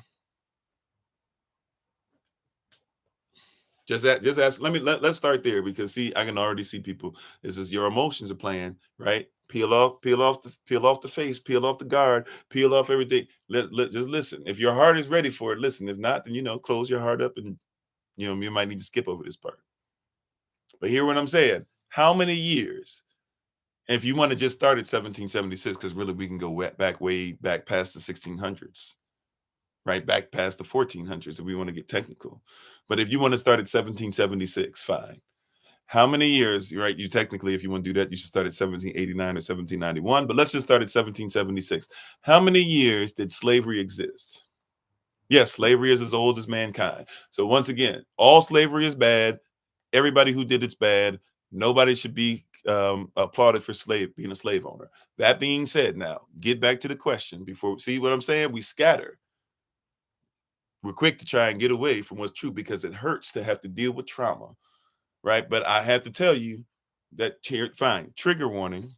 If you need to go away from this because you're going to be triggered and not be able to heal because you're stuck on the trauma, I get it. That might be where you're at. For those who want to try and push a little bit today, I'm going to give you something that's going to deal with some of your trauma. But in order to solve the problem, I have to bring up the problem. Okay. So we're dealing with this particular country, and I'll give you fine to make it easier on you. I'll just talk about 1776. How many years since this country existed or was being fought for or was fighting for freedom or whatever? How many years in this great country of yours, the United States Corporation, right? 28 USC 3002 15A says it's a corporation, not a country, but I'll go ahead and just use your rhetoric. This country, how many years since 1776 has slavery existed? You see that, could people want to scatter the stuff. The answer is yes, 100% of the time. It's existed always. Yes, that's the answer. So if I go to 1776, that means 1896, 100 years later, 1996, 100 years later. And then what do we need to do? 2006, 2016, add 7 more years. So for 227 years, all 227 years of this country's existence, slavery has existed. I'm sorry, Mr. Dukes, if you're asking, can you call in or something like that? I don't know what is it that you'd like to say, but you can say something in the comment if I'm able to catch it. I'm on 3 different platforms at the same time, but we're getting close to ending, so I'm not sure. Um, but um, but you said get to the being mixed point. Well, I'm already getting to the point. If it's not fast enough for you, then feel free to go ahead and figure out what I was saying for your own. That's what a lot of people like. I don't microwave my food, right? I take my time. So, right, I'm not going to give you something that's not healthy and just give you bullet points where you can't grow. Okay? I'm putting it in the oven and it's going to be in there for about on about 350, and it's going to be in there after it's been marinating overnight, right? I didn't get this overnight, you ain't going to get it overnight either. Okay? I don't know why people got to be in control that much. Anyways, so if it's existed all of these years, right? Right? Yeah, I know, right? That's the Holy Spirit right there. That was a bar, right? But if slavery has existed all this time, then that means everything that's been done has been done while slavery has existed, correct? Leave. I don't need to leave where I'm from. But you can, because you're not from here. Definitely your mindset isn't, right? And I won't leave my people because it doesn't matter where I'm from, it matters who I'm from. Right? Hear what I'm saying, right? See, this is what I'm saying this stuff over and over again. Are you catching it? You see why you got to say it over and over? You got to build yourself up. You got to speak this thing. You got to teach this thing. You got to give this to your children over and over again every single day. It's talking about leave. How do I leave who I'm from? Everywhere I go, there I am. How do I leave me? I just said Septimius Severus is over there in England. How do I leave me? Even if I went over there, I couldn't leave myself. How do I leave Japan when you couldn't be a samurai? And they said you can't be a samurai or a ninja unless you have at least one drop of black blood. How do I leave where I am? How do I leave where I am? If I go back home to Shui Nation, if I go back home to Yashara'al, if I go back home to Igbo, if I go back home to Kush, if I go back home to Kemet, if I go back home to Central Africa, if I go back home to the Congo or Republic of Congo, I keep going back home. Everywhere I go, there I am. Even if I go to where they say it's not mine anymore and they say it's theirs, and to Israel, I can't go there and not see the place to where my own people were there to make sure that they built up the soil. I can't go to the Black Belt in the South without seeing myself. Everywhere I go, there I am.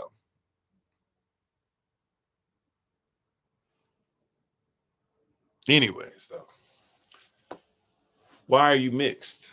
See, if everything that happened to you happened while you were in slavery, yeah, leave is definitely a BS statement for sure, right? It's when somebody doesn't have the ability to have sound apologetics and they come off with Dunning-Kruger effect. But to get you away from realizing they're in Dunning-Kruger effect, they have no apologetic sense. They try their best to give you something to gaslight, that it might become a straw man that you'll burn over that rather than what's real, you know?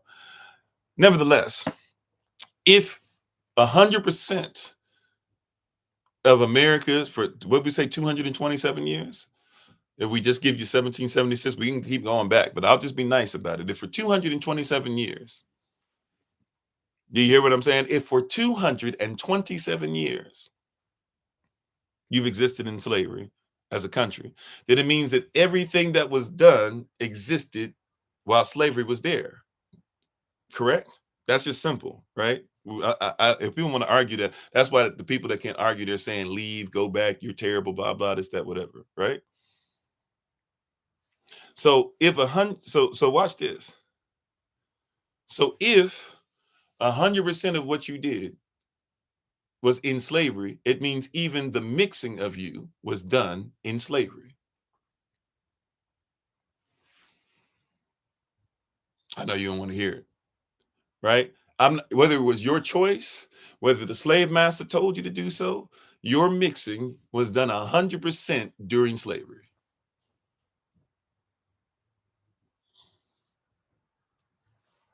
That's what it is. You don't want to hear that, but you weren't mixed in freedom. You were mixed while you were captivated by the captor. In Stockholm syndrome, you believe that mixing was there. I'm not saying that if you're black and you're white and you honestly want to learn about each other's culture and you'll make sure you're willing to die for one another and you're willing to make sure that the father can give direction and the mother can lay down the law and you want to obey the commandments and stuff, that you can't come together, because we're supposed to take care of the stranger too. But what I'm saying is that taking care of the stranger, if the stranger still thinks they're superior, we're going to have a problem if you still have a mindset of slavery. That's what it is. It doesn't matter. Matter of fact, you can have two black folk. Let's say you have two blue black folk. You have two blue black Africans that come together. If they've been raised in Willie Lynch syndrome, then it means that they've been raised in reverse roles. The stranger is the immigrant. If somebody's a stranger to you, they're supposed to be an immigrant to you. They're coming into your abode. They're coming into your people, and they're not of your people. They weren't born of it. Well, they wanted to mix with you because they hated you, to make different versions of you to serve them. Right? I'm not making. Read the Willie Lynch letter. A speech made in 1712 on Christmas Day, December 25th, 1712. You know, because they came and they hung people and they did wild stuff to us when it was time for them, you know, to make minions. I don't know why I immediately went to yellow yellow people with goggles. I think my son and I just watched a lot of the minions stuff the other day. Right. And that was in England. They was in there talking about so much England, right? The Minions movie. With whatever the evil woman's face. I immediately went to seeing the what was it? I can't remember their names. Whatever the three were, Kevin something and something. right? And Kevin's the one that becomes really big. Anyways, I'm going to the minions. Um, you can tell I'm a parrot, right? Parrots, we just big children. Um, but it was Kevin, Bob, and something. Bob was a fool. Kevin was supposed to be the level-headed one, and I forget what the other one's name was, even though there's a bunch of them, but there were the three. It was mainly about those three. Anyways, though, anyways, we gonna talk about minions now. Um, the babies finally perked up. You had a 3-year-old that was like, man, he taught listening to Kofi get it now. So now they started listening up. He gonna preach about minions. Um, uh, what was I saying? I'm sorry, I'm all over the place now. Um, so when you were dealing, so when you when you're dealing with this stuff, right?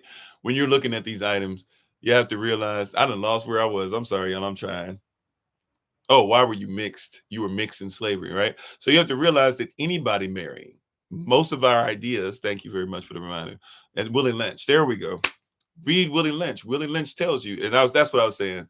They always do it about Christmas and all this stuff like that, right? Like, so it was December 25th when they preached. Like, a lot of people don't realize this. Like, see, and I know I'm careful about it, and my wife has taught me, as many people have, but she's really been big on be careful about using white supremacy, because somebody that thinks they're supreme because they're white is not supreme, right? But at the end of the day, there are people that believe that, right? So I say that with that in mind, right? But you have to comprehend this thing of white supremacy. People were talking about religion and stuff earlier.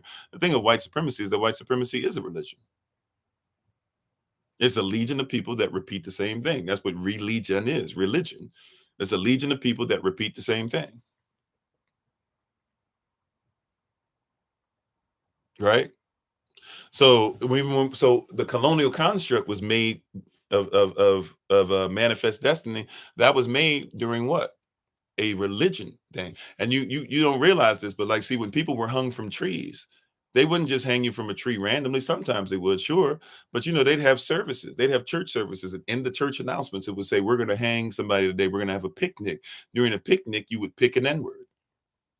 That's what you would do. You would pick a N word, and you would take them and get ready to hang them. And people would lay out blankets, right? Even peep game, right? It was white blankets for the people that would watch. It was black on the blanket for the people that would hang. And then what's the other color that would be there? Think about it. Think about it now, right? It was white on the blanket, it was black on the blanket, and then what was the other color? It was red. Why was it red? Because they were going to bleed, and they would put it in the church announcements. It'd be in the church announcements. Hey, hey, after we finish this, we're gonna have a great luncheon. We're gonna have a picnic. We're gonna eat, and sometimes they would actually possibly eat the person. That was very, very rare, if I be honest with you. But it was something that was discussed. But guess what? Even if they didn't eat the person outright, they eat while they were watching it. It wasn't disgusting. They didn't consider these people to be human beings at all, right? This is the story of the country that you say that you're in. Really, it's a corporation, but for those of you who still think this is the corporation, our country, like, you don't want to believe U.S. law, U.S. 28 USC 300215A. Yeah, they would, and then they would take mementos home. They would have auctions, or sometimes just be like, "Hey, let me get that liver. Let me get a piece of the liver. Let me get a piece of the thigh. Let me get some of their heart. Let me get," and they put them in vials, and they take them home, and they would put it. They take it and they put it on the mantle. And so, right, they didn't have television, so you put it on the mantle, on the fireplace. Everybody would meet in there when you would have conversation and stuff. And then right on the mantle, you'd have things that meant a lot to you. You'd have Santa Claus, right? You'd have Santa Claus, or you'd have stockings hanging for Christmas, and you'd have this hanging there, and then you'd have that piece of Edward. Man, what a Christmas holiday this is! And then you would pass that down to the next generation.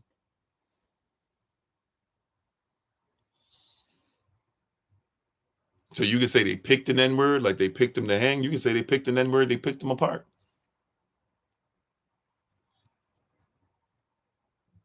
Right. And by the way, taking trophies, yeah, taking body trophies during war, that's something people still do. That's what Leopold and them did. to the people of Congo. More people died in that than died in the Holocaust, as if that's the only Holocaust that existed. Nobody cares to talk about that. But they took fingers, toes, teeth. They sent them sometimes wrapped up. They cut off heads and sent them. There are stories that say that when you went across certain rivers or whatever, that it was like seeing clothes on a clothesline, except instead of take the clothes away and think of the people that were hanging from lines that would be hanging over whole rivers.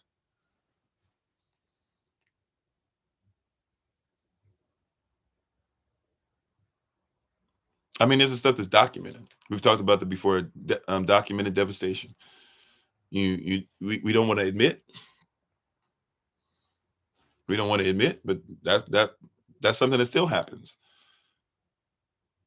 You ain't gonna tell me. I seen it when you ain't supposed to. I wasn't really supposed to run into it, but I was at a base. Matter of fact, I'm not really supposed to tell you what the name of this base is, and so because of that, I won't. Um, I'll say it's on the East Coast. That's about the best I can give you. But I was around Navy SEALs. If you don't think they don't bring trophies home, you would lie.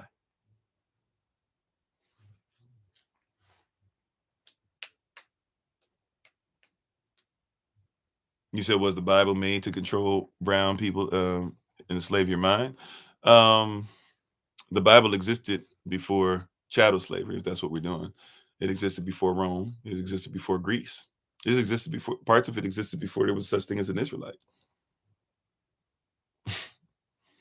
But just like anything can be changed, iconoclasm. But see, you got to realize that most of our stuff,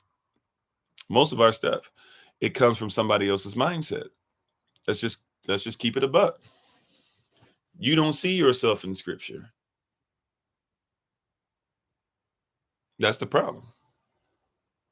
Now, we'll say that, but then we won't talk about, once again, see, we're so scattered from ourselves. Why don't we talk about how Toussaint Louverture and Dudley Bookman and Jean-Jacques de Sillon, right? I don't know if I said his last name correct, but Jean-Jacques, and how people like them, they would read the Bible and say, maybe I should become the Black Moses to lead the Haitian Revolution, and have people that even fought in 1776 in the American Revolution and left places like Savannah, Georgia, and they were Igbo, and they considered themselves to be Hebrew, and they left and fought with them to become free. We don't talk about that. Right? We don't talk about Nat Turner. Nat Turner had a slave Bible. In the slave Bible, they took out anything that might get the slaves riled up. That's why they called it a slave Bible. They gave it to you. And then when they gave it to you, you learn that. But then Nat Turner got his hand on the real Bible. When he read it, he said, wait a minute. This dude named Moses was out there, was like, let my people go. And the Most High came and took down all these people, and they were plagues. He said, oh, okay. And they went out. Now, I'm not saying we need to go out with machetes and stuff like that and just start killing folk, but that's what made Nat Turner become the Nat Turner that you know. But before that, he was a house Negro. He was chosen by the slave master to be under the overseer, that big chair that you'll have still in that church that nobody sits in sometimes. That was the overseer seat. He represented the slave master. The overseer would sit there, listen to Nat Turner preach. And if Nat Turner ever said anything that was against white supremacy, he would stand up, and behind him, he would say, hey, the overseer would stand up and say, hey, well, what Nat Turner says is fine, y'all, but remember, y'all just N-words. And so, God is not favoring you. He's favoring the white man. And so if you want to be good to God, you got to be good to the white man. He re-explained it. That's why you guys still have people that do that in your churches, right? The pastor will get up behind everybody that speaks and be like, okay, well, we pray. And they'll tell you they approve or they don't approve. They still do the same thing. There's an overseer spirit. He's protecting massa. He just don't know it. That's why in your churches, they still wear white gloves. Why do you wear white gloves in church? Why can't you touch the sacred ornaments without wearing white gloves?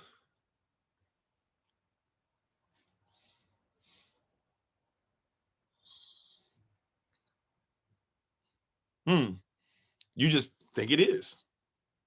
You just like, oh, I guess that's just what we do. No. Why do you wear white gloves? Where in the Bible? What scripture have you read that says that you have to cover your black hands with white gloves? Where does it say in the Bible the Levitical priests covered their black hands with white gloves? You had to clean your hands in some water, but you never had to turn them white. Matter of fact, when you turn your hand white and pulled it out, they said that that was leprosy.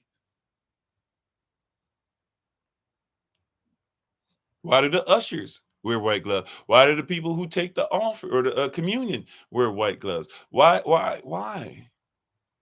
It's because during slave times, white people did not feel, because they had been taught this, they did not feel that it was proper to have black hands touch things that were holy, because only white hands were pure. You see your idea, all these things that are mixed together. You thought I was just only going to talk about your skin color, and we'll come to that. But you see, if 100% of this nation, 100% of the nation's time has been in slavery, then that means 100% of what you're dealing with comes out of a slave mentality. You said, what church is that? What church is this? Well, these are from a bunch of different places in Africa, right? Mainly actually focusing on Kush for the most part, for real, for real. But these are things that you would see in your people's Bibles, excuse me, right? But you're not thinking about that. Like nobody, you were raised with it. You've been so scattered from yourself that you don't even think it's okay to question, hey, why is it that I can't just touch the stuff with my hands? You said you call this BS because you don't study or you don't know what to study. That's fine. I'm not here to make sure that everybody has to. See, because you won't even admit that there's white gloves that made their way to cartoons. You think they stopped just with church services, don't you? You think they stopped just with people that wore white gloves with blackface, don't you? You know, the original people that wear blackface were not white people. It was black people. It was buffoonish, cartoonish. It made white people laugh. They felt comfortable. Psalm 123, verse 4 says that these people are comfortable with your scorning. They don't want to be honest with you about this stuff. And now, if you wear white gloves, you're going to see people, well, I'm Bishop so and so, and I'm Apostle so and I'm Mother so and so, such and such church. And we've been doing this for generations. And we do it because of the purity, because of worship, because of no, you do it. It didn't exist until white people were uncomfortable with black hands touching their stuff. That's why, by the way, if we're going to keep it 100, let's keep it a buck.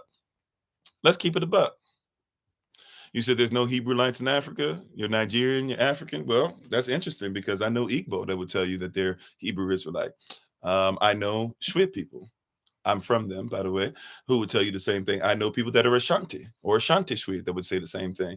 So it's interesting. Now, if you're saying you're never around them or you're not with them, or they might be a small contingency, I'll give you some of that. Heck, I know people of Yoruba, right, who would say that they're a Hebrew Israelite. But once again, you're so busy scattering and you're not even hearing the main point. The main point, even if you don't want to believe what I believe, the main point is talking about how the diaspora should come together.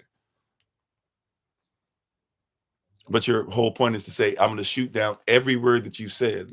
I'm going to look for the one thing to shoot down. Try to shoot it down all you want. I've said this before. I'll say it again. You might be new here. I'm not worried about being right. I'm worried about being righteous. I don't have to win. If you come here thinking I'm trying to win, I'm not trying to win. I'm trying to be righteous. Righteous means to be in right lawful standing. Any of y'all can be right. But once again, the white gloves, they came from, see, you don't want to be honest about it. White glove. There's some stuff that you do in your churches, right? So white gloves, not only were they afraid of white or black hands touching the sacraments, why do you put one hand behind your back? Have you ever thought about that? When you go and take the offering up, why do you put one hand behind your back? Where does that come from?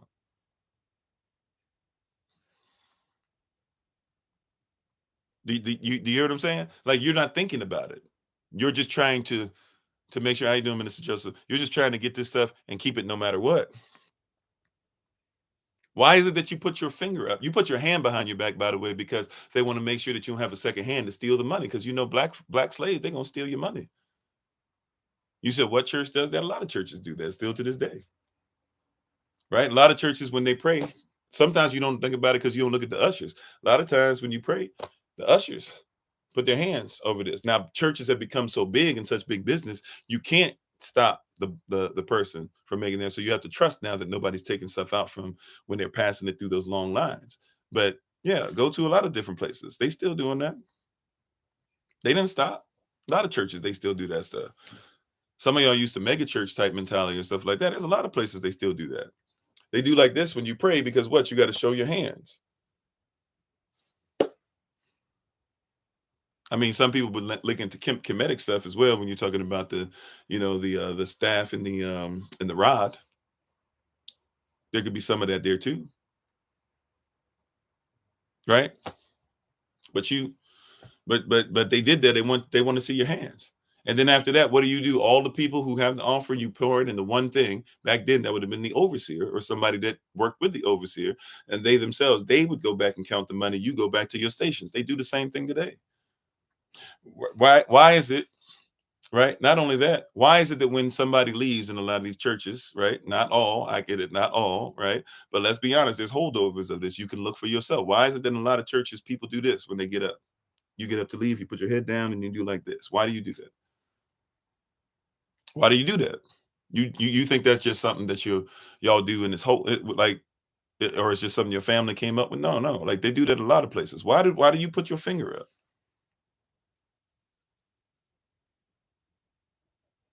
Why you do that? You ever thought about that? And everybody watches you as you do it. If you get up and you don't do it, some places they get upset with you. Right? Why do you put your hand up as you walk out? They do it some schools too, for sure. I ain't think about that, but that you're asking for permission to leave now, or letting somebody know you're leaving. You know why? Because you used to have sometimes it wasn't just a slave church only with an overseer and a couple white people there to watch over. Sometimes they had mixed churches where the slaves and white people would come together. White people would usually sit on the floor, the slaves would sit in the balcony. You call it the peanut gallery. You don't even know where that term comes from. Right? You would sit in the peanut gallery. You know, brown folk that are nutty, that are hard to crack. We can't understand why they so stupid and dumb and slow. Peanuts, right? You think Peanuts is Charlie Brown. That's what you think Peanuts is Charlie Brown. But peanut gallery, that's where you were. That's where that term comes from. You were in the peanut gallery. And if you got up and you wanted to go outside, use the bathroom, do something like that, right? You had to put a finger up and you would do it because everybody could hear you leaving in the peanut gallery. And the slave master would look to make sure, oh, okay, no problem. And they give you like a nod, just like what happens a lot of times now. Somebody put a finger up and you'll see them, they'll look around and everybody will kind of give some kind of indication to let them know like it's okay. Yeah, maybe not all, but yeah, there's a lot, right? Right? Like I'm not making this up. Like this is what is, right? But it's not just in the churches because y'all get so offended that you can't see it. Like I said, it's in your cartoons. Why is it that black characters wear white gloves?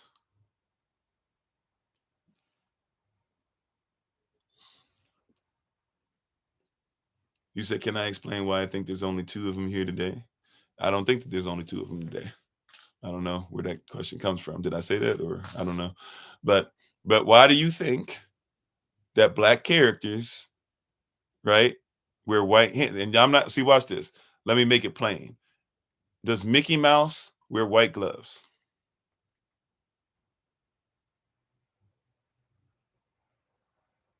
Right? Does Minnie Mouse wear white gloves? Okay. Does Goofy wear white gloves? Does Pete, right? Y'all know Pete, the big fat guy that would be against Mickey or against Goofy. Did Pete wear white gloves? Okay, watch this. Did Donald Duck or Daisy Duck wear white gloves?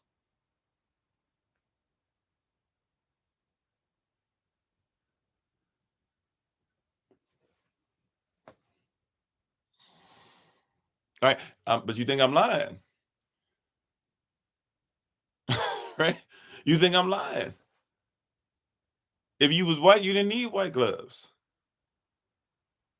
If you was black, you needed black gloves. And we can't just say it's just because they were ducks, because Mickey was a mouse and Goofy was a dog. I believe Pete was a dog too.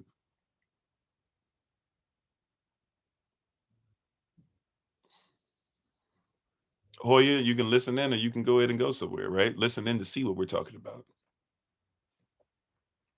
Or catch up on the recording if you want. These are all recorded if you actually care about what you're talking about, right? Is Pete a cat? I don't know. Cat? No, okay, fine. He's a cat. So that makes it even so there's three different types of species. Thank you for the love. Three different types of species. But people think it's just random. Watch this. In Looney Tunes, people who acted like black people, they wore white gloves.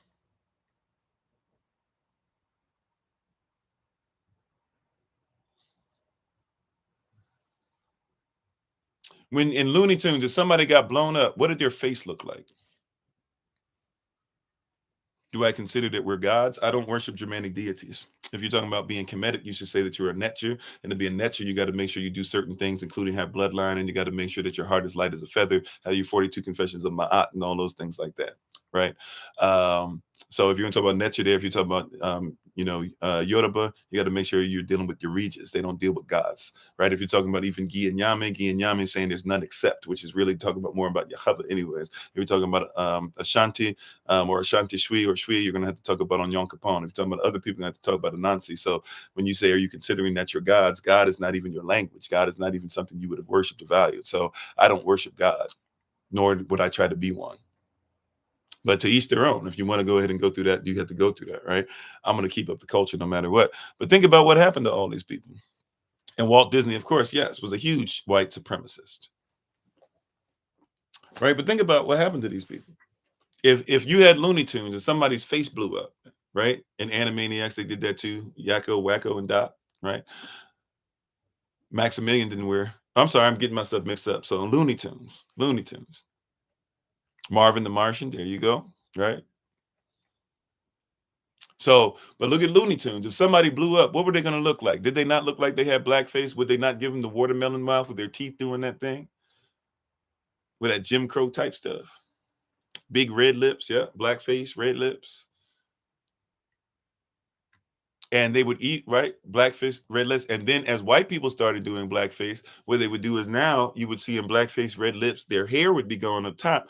And what would you see? You would see white, bald heads. They were telling you it's culture. Matter of fact, look up Donald Duck Nazi. You might not be able to find it on YouTube because it is pretty offensive. But Donald Duck Nazi, Walt Disney supported the Nazi movement. Right? If you drink Fanta, and look, from time to time I've had a Fanta in my life. I'm not saying it makes you evil, but hear what I'm saying. If you drink Fanta, Fanta is from Coke. Why does Fanta exist? You said the muzzle of all of them was an exaggeration of the red lips too. I didn't even think about that. I didn't think about that. When we talk next time, remind me that you got to break that down for me. You got to break that down for me, right? Right? Like think about, where does Fanta come from? Do you know? Do you know what you support, what you drink? Fanta is from Coca-Cola. You know, during World War II, when they were fighting Hitler, Coke was on both sides. Coke was making money in Nazi Germany. They were making money in America. That's what corporations do. All of a sudden, America said, we're going to make a blockade. Sorry, Coke, y'all can't go ahead and do the business y'all was doing. So Coke said, no problem. They made up Fanta. They started using fruit juice and carbonating that and getting that out and using a similar formula to what they were using in Coca-Cola. So Fanta was something specific for German products.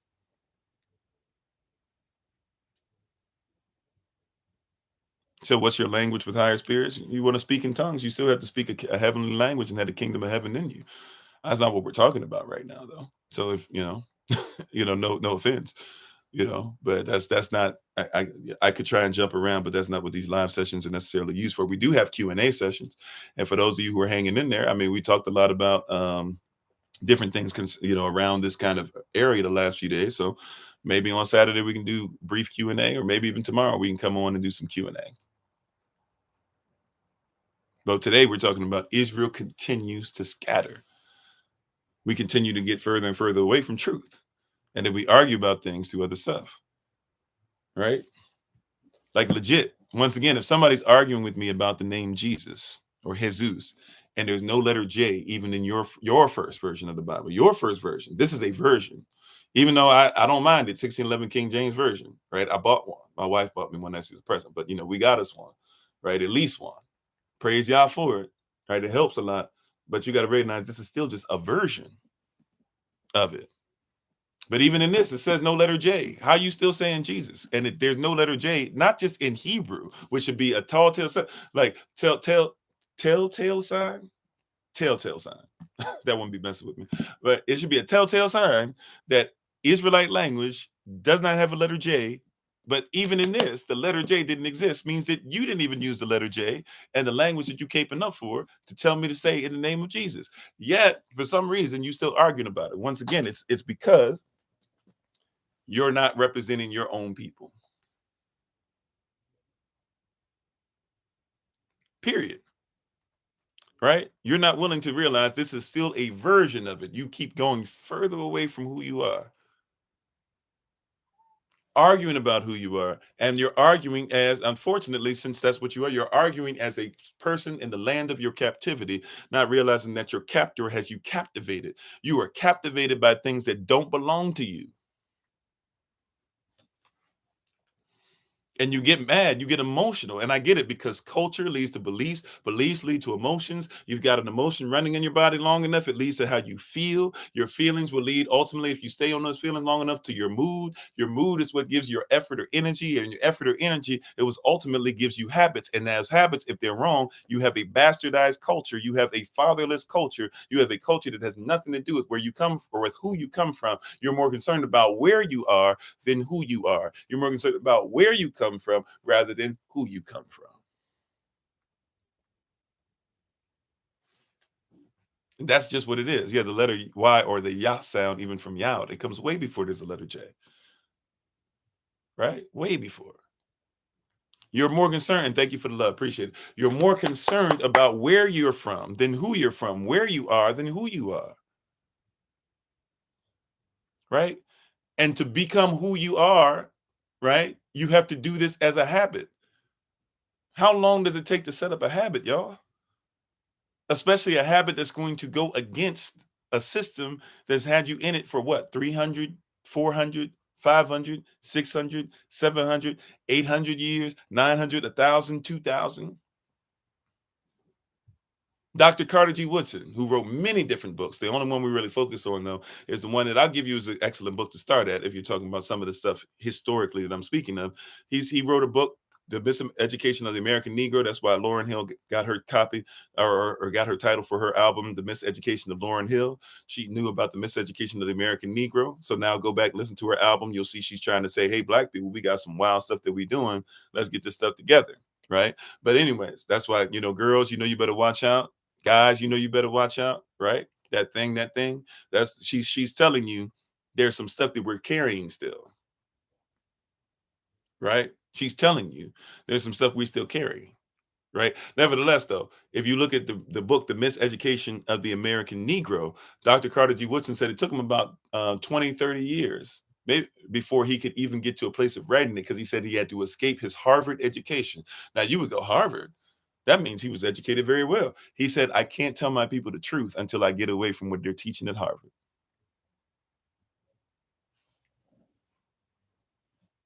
That's what he's telling you. He's saying straight up, I cannot tell my people about who they are till I first get free from what I thought made me who I was. I thought where I was educated, Harvard, was more important than who should have educated me, my own people. I don't believe in a firmament. It was called Hakwaya. Before that, firmament is a Greek deity. Now that we had that out the way, I do believe in Hakwaya, though, yes. Right. But that's what Dr. Carter G. Woodson told us. How you doing, D? He told us straight up, before I get into all this stuff with y'all, I have to be honest with you. Like, it took me a long time to get rid of these habits that I had, because I thought that what they told me in school made me better. I thought that the person who captured me, whether you want to believe I was captured as being indigenous to the Americas or brought over and captured or mixed in or whatever the case might be, came from the West Indies, Brazil, was in Canada, was in England, was a king, was a queen, was a religious leader, whatever the case, whatever you want to call me. Once I came over here, I realized, like I thought that the people who brought me over here to do nothing but slave labor for them, to keep my body but take my mind, I thought that that's who I needed to please in order to have something. But I realized that I need to please the Most High, and I need to please my own people. Thank you, babe. It's 11:11. I didn't catch that. Right? He said I realized I needed to reevaluate, reassess who I am, what I am, and now I'm in a position to write a book to help you. Can I please answer what for you? I'm sorry, sweetness. Love. I can't. I'm on 3 different platforms trying to catch stuff, so I apologize. Sometimes I can't keep up with you. I'm just a human being. What is it that can I please answer what for you? I'm sorry. We'll stop everything. We'll stop all the teaching if you can. We'll make sure everything's there. You need a. What you needed me to do what now? Everything stopped now. We're focused on you. Okay. All right. Well, you see what I'm saying? Then I got to stop and all that, right? So we're even scattered in that, right? We're even scattered in that. What does the hope most high mean? It means there's somebody who's most high. There's nobody higher than him. There's no more high. There's nobody who he is the most. He is the eternal. He's one that created all.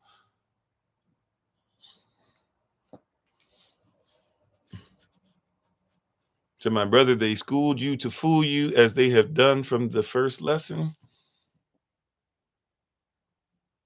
Okay. I agree with you. I don't know if you're saying that I'm a fool because I'm going off of what somebody else told me, or you're just saying that they schooled us to fool all of us, but okay. Um, right. So we have this wild thing in us. We have this wild thing. And here's something that's crucial.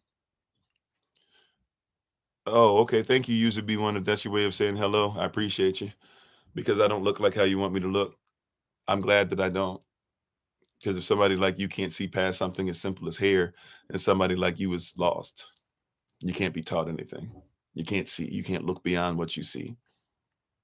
You said y'all could unscatter. That's what we're talking about. See, people are more concerned about trying to say why you're bad. You said which God were they talking about? The one for slavery? I don't worship God. I don't know what we're talking about. You God bless America. Ask them who their God is. Look up who George Washington is. Look up why he has an obelisk in the middle of Washington, D.C., and why there's a goddess on top of this Congress building called Columbia, and how they have the Osiris and Isis story, and everybody who's a modern Heru comes out of the Congress building. You talk to them about God. I don't worship God. I worship Allah. It's a different title. You see that? They want you to scatter. Stay on target.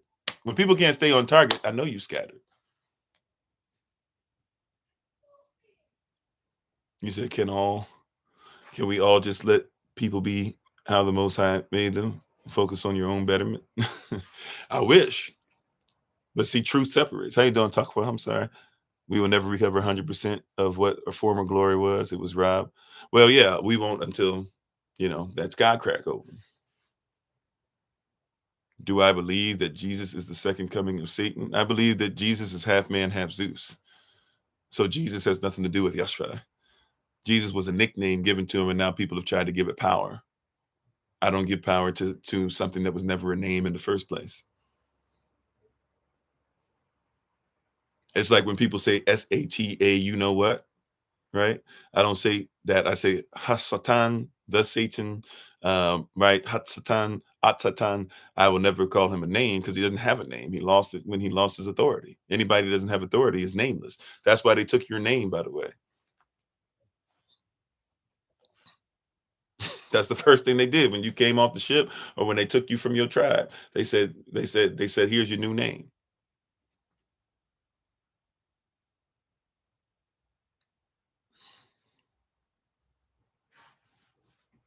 Well, we've been talking for a little over 3 hours now, so the topics has kind of already been there. If you'd like to look at the recording, you can always find the YouTube information, especially if you're on TikTok, by clicking on the main page on TikTok and then just clicking on the link tree and go look it up for yourself. Today, once again, the topic, the title of today is called um, Israel Continues to Scatter. Right. And we got to make this clear at the end of this, the same way we made it clear at the beginning. It is not my goal to be right. It's my goal to be righteous, to be in right lawful standing, right legal standing. And thank you, Sage. Appreciate it. Right. It's not my goal to be right. I could care less about if somebody says you're right about that. I mean, I won't say I could care less, but you get what I'm saying. I'm not here to make sure that everybody says I agree with everything you say, Kofi. I'm here to just tell you there's some things that you probably haven't had proper context on. You said I'm narcissistic. If that makes me narcissistic to not have to worry about somebody like yourself saying that I have to meet your standard, then call me a narcissist all day. I believe that's freedom. I believe it's freedom to be in a place to where I don't have to worry about my being considered to be correct based off of if I bow down to you. You know what I'm saying? And that's ultimately what we're talking about here. You haven't bowed down. You haven't bowed down. Do you believe in calling him Jesus, even though Jesus, the letter J, doesn't even exist in Hebrew? Do you believe? You better believe what I say. You better agree. I mean, if I don't, so what? Like, what you gonna do to me? I'm more concerned about what the Most High would do to me than what you would do to me. So fire away. You said, where can you find documents? It's pretty simple. Um, in this, you ready for this? Watch this. Like, this is how simple this is. We just don't know our culture. Y'all ready for this?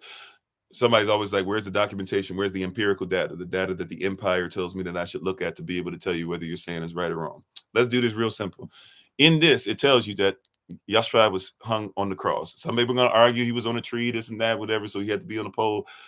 If you don't know Hebrew language and Tav and what Badashat means, I can't really get into that right now, right? But what I will tell you is that he was hung on the cross, right?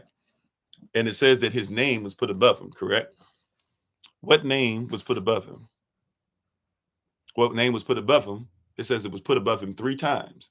Once in Hebrew, once in Greek, once in Latin. Let's just keep it in English. Let's just keep it simple. One was put in Hebrew, one was put in Greek, one was put in Latin.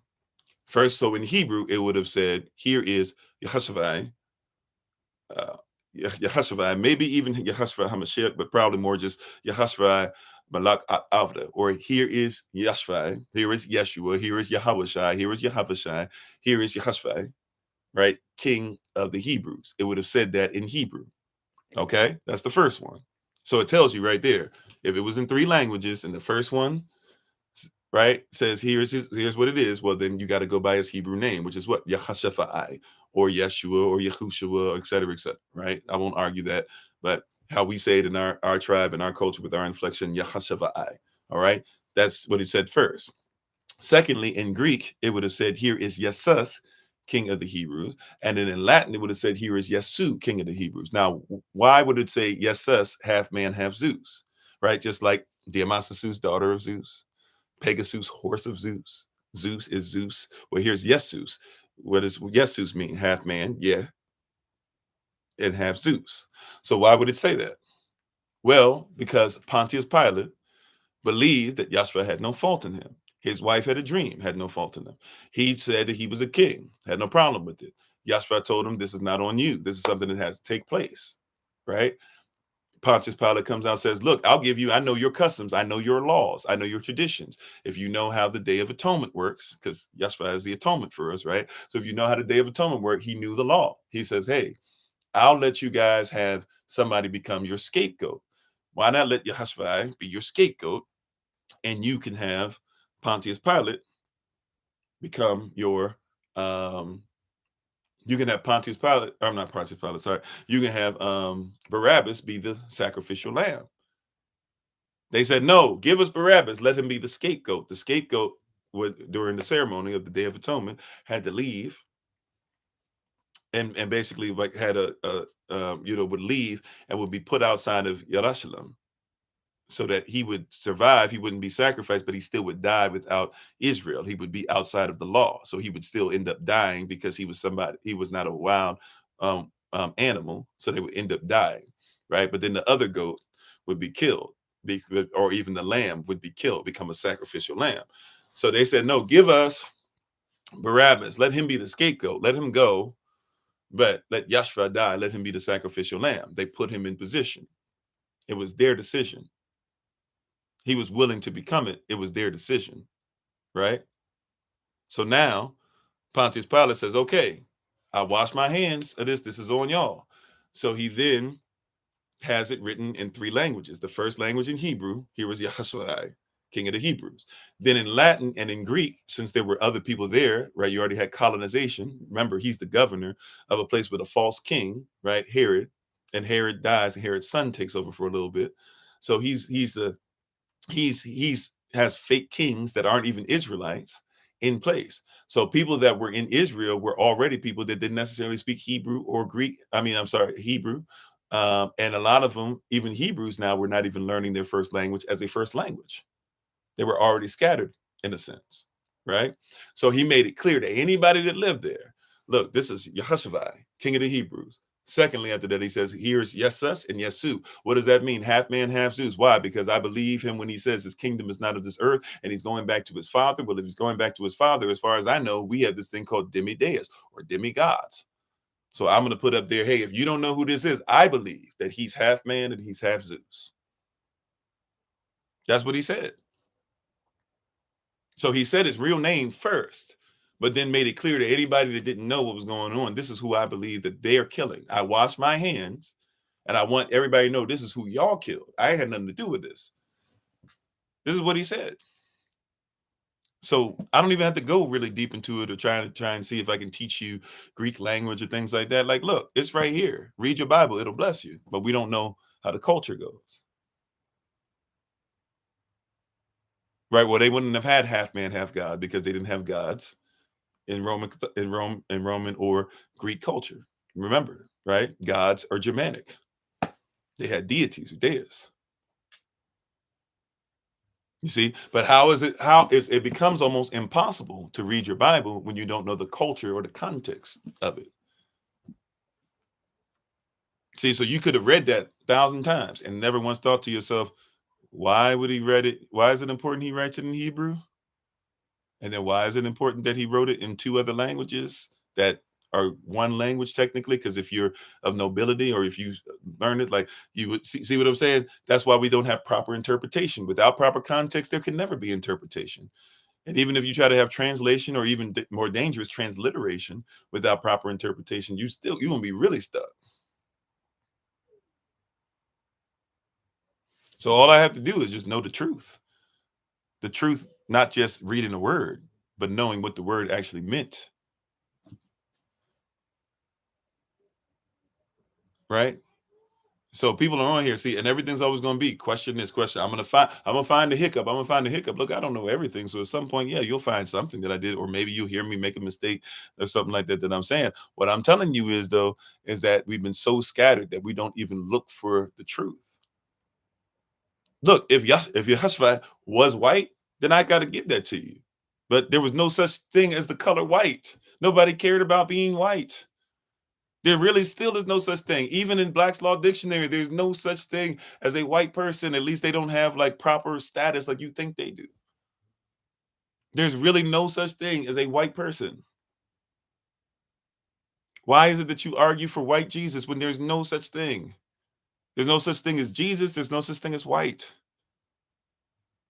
You get mad when I say it, but it's real.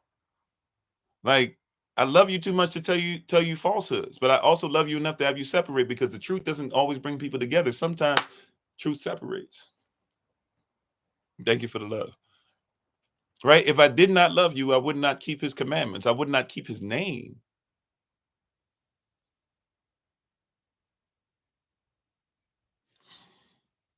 It's odd, man. you know, you know.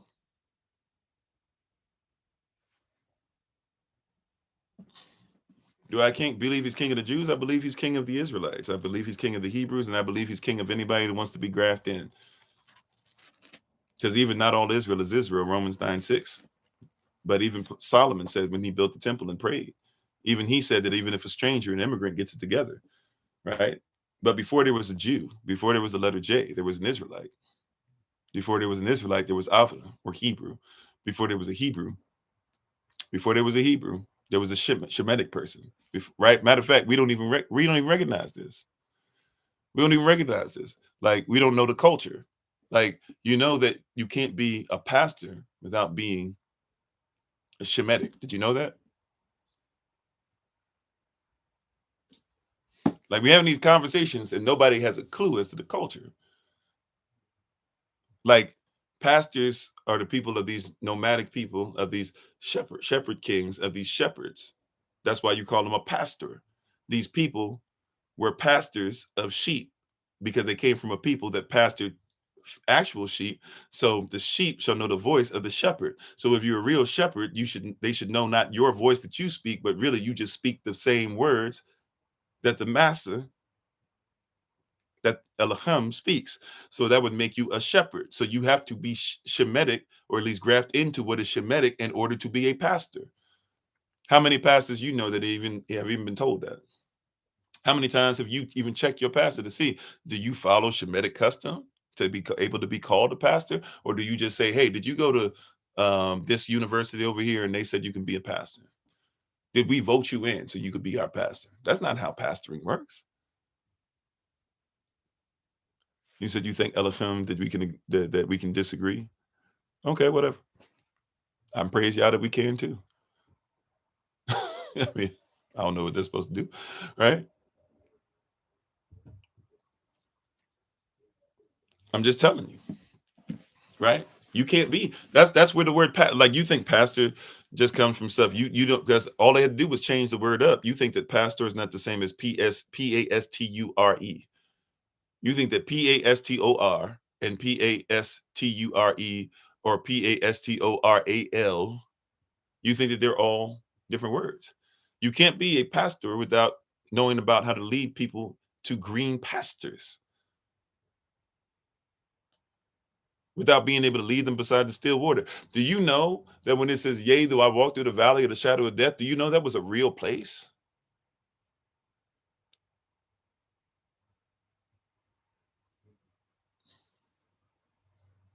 Like, do you know that was an actual place? Like, every word matters. Do you know where the valley of the shadow of death was? Do you know that there were some shady folk in the valley of the shadow of death? And there was a shadow that cast over it. So they were saying, even though some things look shadowy in my life, even in some very real situations, right? Yea, though I walk through the valley of the shadow of death, yea, though I live, even the word walk and live are interchangeable. So even when I walk through the valley of the shadow of death, I shall fear no evil. This whole place I'm living in right now, every time I go outside, it's evil.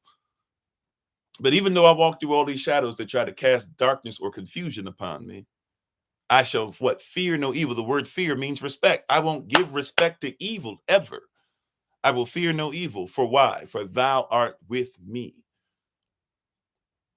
When you're with the Most High, it's okay to disrespect evil, even in places where you think they'll take your life. That's where you get your confidence from. That's when you become strong. That's when you end up on lion mode. That's when we talk different. That's when you are strong and very courageous. That's when you know that wherever your foot treads, it shall be yours, because it doesn't even really belong to you like that. It belongs to him. That's when that shows up. But you're not even looking at that scripture like that. You're afraid to be in the presence of thine enemies, but how he anoints your head in the presence of your enemies. Why are you afraid? Why are you afraid to tell the truth? Why are you trying to cancel people when they tell the truth? If the truth is the truth, it's going to show up no matter what. Why are you afraid of this? Why are you afraid that they'll take down your channel? Why are you afraid that they'll take down your people? That's why they take you down. They've been trying to kill you for how long? Thank you for the love. But guess what? We still here. And we're going to be here no matter what. Do whatever you need to do. We still right here. Okay, send me something on Messenger. I apologize if I missed it. I didn't see anything. I looked on Messenger earlier today. I don't know if you were trying to actually contact me via phone. If so, I apologize. Right? But we still here. Where are we gonna go? If everywhere I go is mine, because technically it wasn't mine. It's the Most High who made it. Oh, thank you. I never seen that one. Appreciate it. If everywhere I've gone, it says where the foot treads, it belongs to me. It's only because I'm a steward of it. If I'm willing to serve him, then he'll say, wherever you go, if it's mine, I'll let you serve me wherever it is. In order for you to serve me, I have to authorize it to be something that's under your care. So why are you giving respect to stuff that you shouldn't? Yea, though I walk through the valley of shadow of death, I shall respect no evil, for thou art with me. Thy rod and thy staff. I'm sorry, I got myself. Yea, though I walk through the valley of shadow of death, I shall fear no evil, for thou art with me. Thy rod and thy staff. I'm sorry, I'm getting myself together. I'm all over the place. Forgive me, y'all. I'm excited. Right, right. Thou prepares a table before me in the presence of thine enemies. Right. Thou anoints my head with oil, my cup runneth over. Thou anoints my head with oil, my cup runneth over.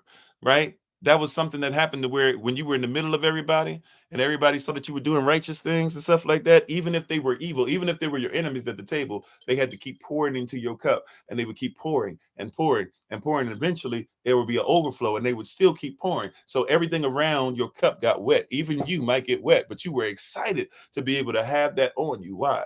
Because it was a sign that is that whatever's coming into your vessel, everything around it has to be affected of it. But you can't fear evil. You can't respect it.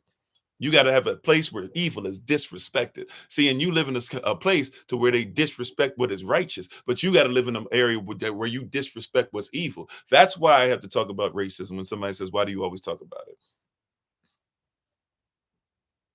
Okay, and I see you. Yeah, they're Christian Orthodox priest and Ethiopian editor. Yeah, for sure.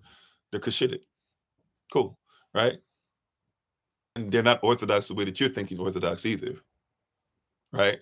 If we say Orthodox, be careful. That's not always the same correlation to those who are part of the, Eastern Roman Empire, right? But nevertheless, right? I can't respect that which is evil, and you get mad. See, you're okay with people being disrespectful to your culture, but when you say, "Fine, I don't even have to be disrespectful to your culture. I just won't respect anything that's evil that tries to come into mind." Now people want to talk to you. Now people want to talk at you, talk about you, say you don't know, blah, blah, this and that, or whatever. But man, when I was respectful to your evil, you ain't had nothing to say. Come on now. When I ain't had nothing, when I was willing to go ahead and kill people on behalf of the United States military, you was all gung-ho for me then. Oh, but when I decided I'm gonna go ahead and talk about the kingdom, now every word that comes out my mouth, you gotta challenge it. Well, come on and challenge it then. Because when I disrespected life on behalf of what you guys were doing to my people, you didn't care. But now that I will not allow my people to be disrespected, you all of a sudden want to shut me down. Shut me down then. Problem is, you could never do it even if you wanted to, because I belong to the kingdom of heaven. And even if you were to try and take my life, my blood cries up from the ground, because I give proper offering. And it kills you that my tithe and my offering is something that goes to the Most High, to where He'll protect me even after death, where my blood still has conversation on my behalf and speaks against you. You can't stand that you realize that there's no way that you can have a grave or any kind of death that has victory or sting. It frustrates the evil one. It frustrates the evil ones who work for the evil one. It frustrates you when I tell you that, hey, you can be grafted in Revelation chapter 7, but don't forget that Israel must first be sealed, and that we're supposed to be the teachers, Revelation chapter 3, verse 7 through 9, because Revelation chapter 3, verse 7 tells us that Yahshua is the one that's holy, true, and he's the one that has the key of David. Therefore, the family lineage never stopped being a thing. Even Paul says that when he says that you can be grafted in. He says in Romans chapter 11, right after he finishes talking about Romans chapter 10, verse 9 and 10, that you never talk about, and verses 13 through 16. There's verses that say, well, how can anyone who calls upon the name of the Lord, they shall be saved? But how can be saved if they haven't heard, if they don't believe this? How can they believe it if they haven't heard this? How can they hear it if it's not being preached? How can it be preached if these preachers aren't sent by the Most High? Because how beautiful are the feet of those who walk in the way. Therefore, who's going to believe our report? And then the very next chapter, Romans chapter 11, verse 1, he starts off by saying, so should we say that therefore Israel and the promise made to them is something that we should get rid of altogether? He said, Yah forbid, right there in scripture. You just don't want to hear it. You just don't want to hear it. But in order to be grafted in, you have to obey the law. We're going to be nice to you at first because you're drinking the sincere milk. We're going to let you get it. But after a while, you can't keep saying, hey, I'm just going to live in milk for the rest of my life. You got to get some meat at some point. Just because you don't like the meat doesn't mean you don't need it. Come on, somebody. Just because you don't like the meat doesn't mean you don't need it. At some point, you got to come off of mama's teat. Oh, sorry, not teat, excuse me. Those who have animalistic behavior, I guess you got to come off the teat, but off of mama's breast. At some point, you got to come off the breast, and I got to give you some stuff that challenges you, that makes you have to chew, that makes you have to sheen through that thing, so that you don't ultimately get sheen and be destroyed.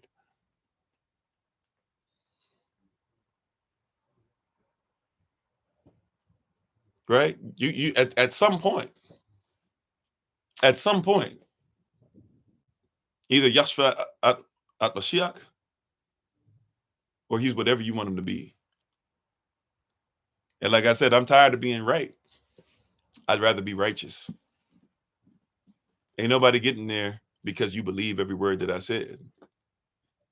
You got to get there because what I said was righteous. That's why we say, as we get ready to take our leave, study to show yourself approved. Then bring it before the Most High, right? That you can now be a workman, and now you don't have to be ashamed. A lot of y'all out here shameful.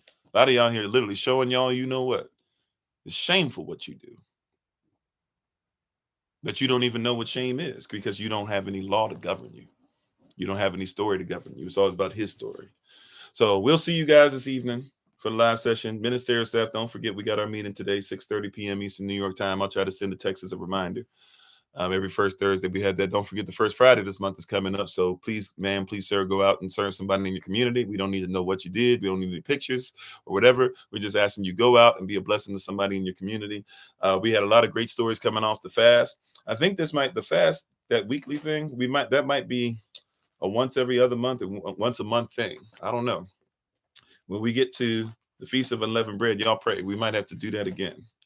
That family fast. I'm probably going to go through one personally. We might even do one that's just for the ministerial staff at some point too. But it's great to fast and let go of some things. When you start letting go of some foods, that's the first step for a lot of y'all. If you could let go of some of this whack food, you could let go of some of this whack culture. But I'll leave that there. We praise y'all. We thank you. We'll be on the live again tonight. We'll be on Kofi_42, not Kofi_43 that you see up here, but Kofi_42. If you'd like to be able to join us there. Also, too, don't forget those that are in New York State. So those that are in New York, Delaware, Massachusetts, Rhode Island, in that area. Not Pennsylvania necessarily, unless you feel like you're close enough where you'll be close enough. But we're gonna have a Zoom meeting at 11 a.m. Eastern New York time this Saturday. For those that are in Michigan, Wisconsin, I guess maybe the Dakotas, Indiana, Illinois, Ohio, in that area. Some of you even saying that Missouri might be in that area. If you want to join in as well, we'll be having a Zoom meeting for you guys at 12:30 p.m. Eastern New York time on Saturday. So if you like to, make room out for that. If I have your information, even if your TikTok information, look for emails, look for DMs, whatever. We'll make sure we send that information out to you guys so we can start getting ready for you guys to do more meetups and stuff like that. But we want to make sure we get to know you first, talk about some things, get you used to the ministers in your place. February 11th, we're going to be having another Zoom meeting for those that are in Florida. February 11th, we may or may not have a Zoom meeting for those in North Carolina and South Carolina. So let's make that tentative. I haven't talked to Minister Joseph and Minister Yashara'al about that yet. So give me at least until tomorrow to figure that out. And then those in Georgia, we've already had our Zoom meeting and physical meetup, but we'll probably start some other Zoom meetings very soon for you guys as well. So stay connected in that as well. Right now, in the places we don't have people, tentatively, well, in February, we're going to try to get everybody. So Texas, y'all are your own thing. So, but Texas, the West Coast, all that, you got, Arizona, Nevada, California, Washington State. We got Oregon in there too. I think we got one in Montana right now that's close enough to some of y'all. So we're getting there. So hang in there. Thank you for the love. We're going to get this out to everybody. If you guys would like to be able to be part of this stuff, please feel free to. We're not ready yet, my wife and I, but we've been doing a little bit of travel. So we're kind of getting on track with that. Don't forget, we're all looking to come together. We ask you guys to save some money up too. If you want to be partaking at the holy days that are coming up, of course, by the April 5th, we're going to start with Passover and all that. And we'll have a couple things leading up to that as well, which are listed in the calendar that's online, as well as if you guys have actually ordered your calendar, it's listed in there as well. And we need to get virtual calendars out to a lot of you still who have ordered the physical calendar. We need to get you the virtual one as well. One thing I was looking for though, sorry. One thing I was still looking for. Oh yeah, September 29th through October the 6th. That's when we're going to do the Feast of Tabernacles. So if you want to join us for that, We're going to be there basically. It's 7 days long. We're technically going to stay there 8 days, but the 8th day will be for us to make sure we can clean up and make sure everybody's got time to leave, and we can make sure everything's there. And we'll have like a little bit extra time before we start, so we can also make sure that things are sterile, things like that. If you're interested in coming, this does not include if you need us to get your tent for you.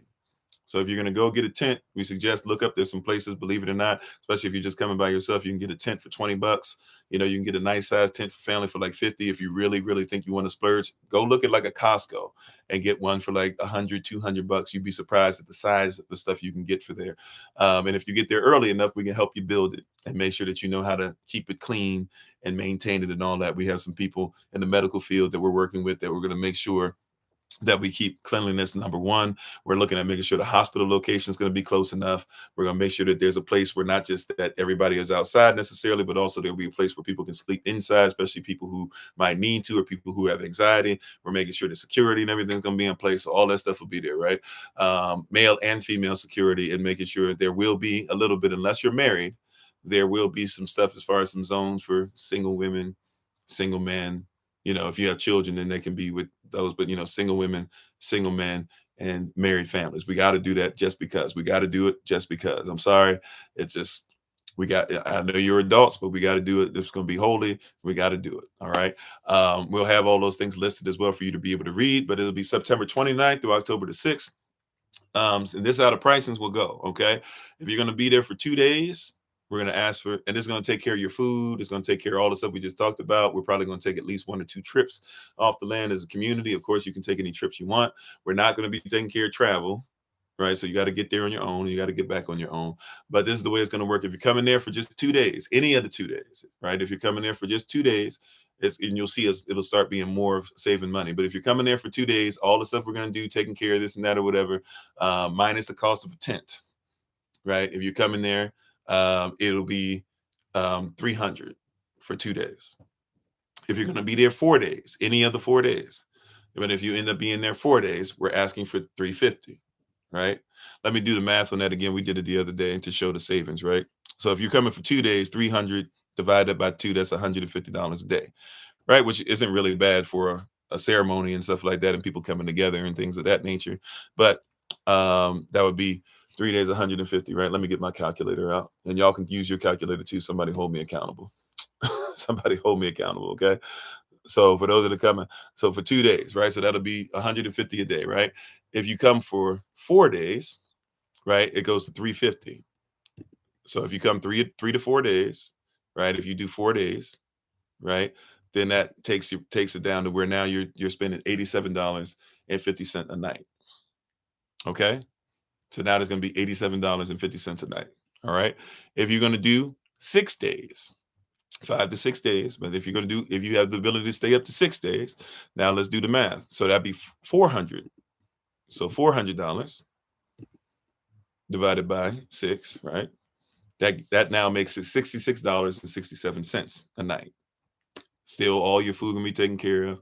Anything that we need as far as activities, any trips that we might take, etc. That's gonna be taken care of. That's on us. All right. And then if you decide to stay 7 or 8 days, right? Let's just go ahead and go with 8 days. That would be $450. Right? 450 divided by 8. That gives us $56.25 a night. Okay. So if you're coming, we'd love to have you.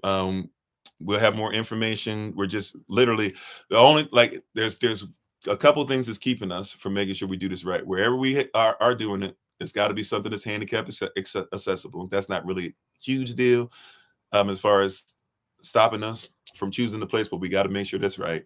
We got to make sure it's close enough to a hospital to where somebody needs something. We have people that are going to be there on site that are in the medical field. We have people that are going to be there on site that are into herbalism. So we'll have stuff set up on site as well. But still, we want to make sure it's close enough to a hospital if need be, or some kind of care facility somewhere where it's close enough where if we need to call an ambulance, even that they can be able to come to us, right?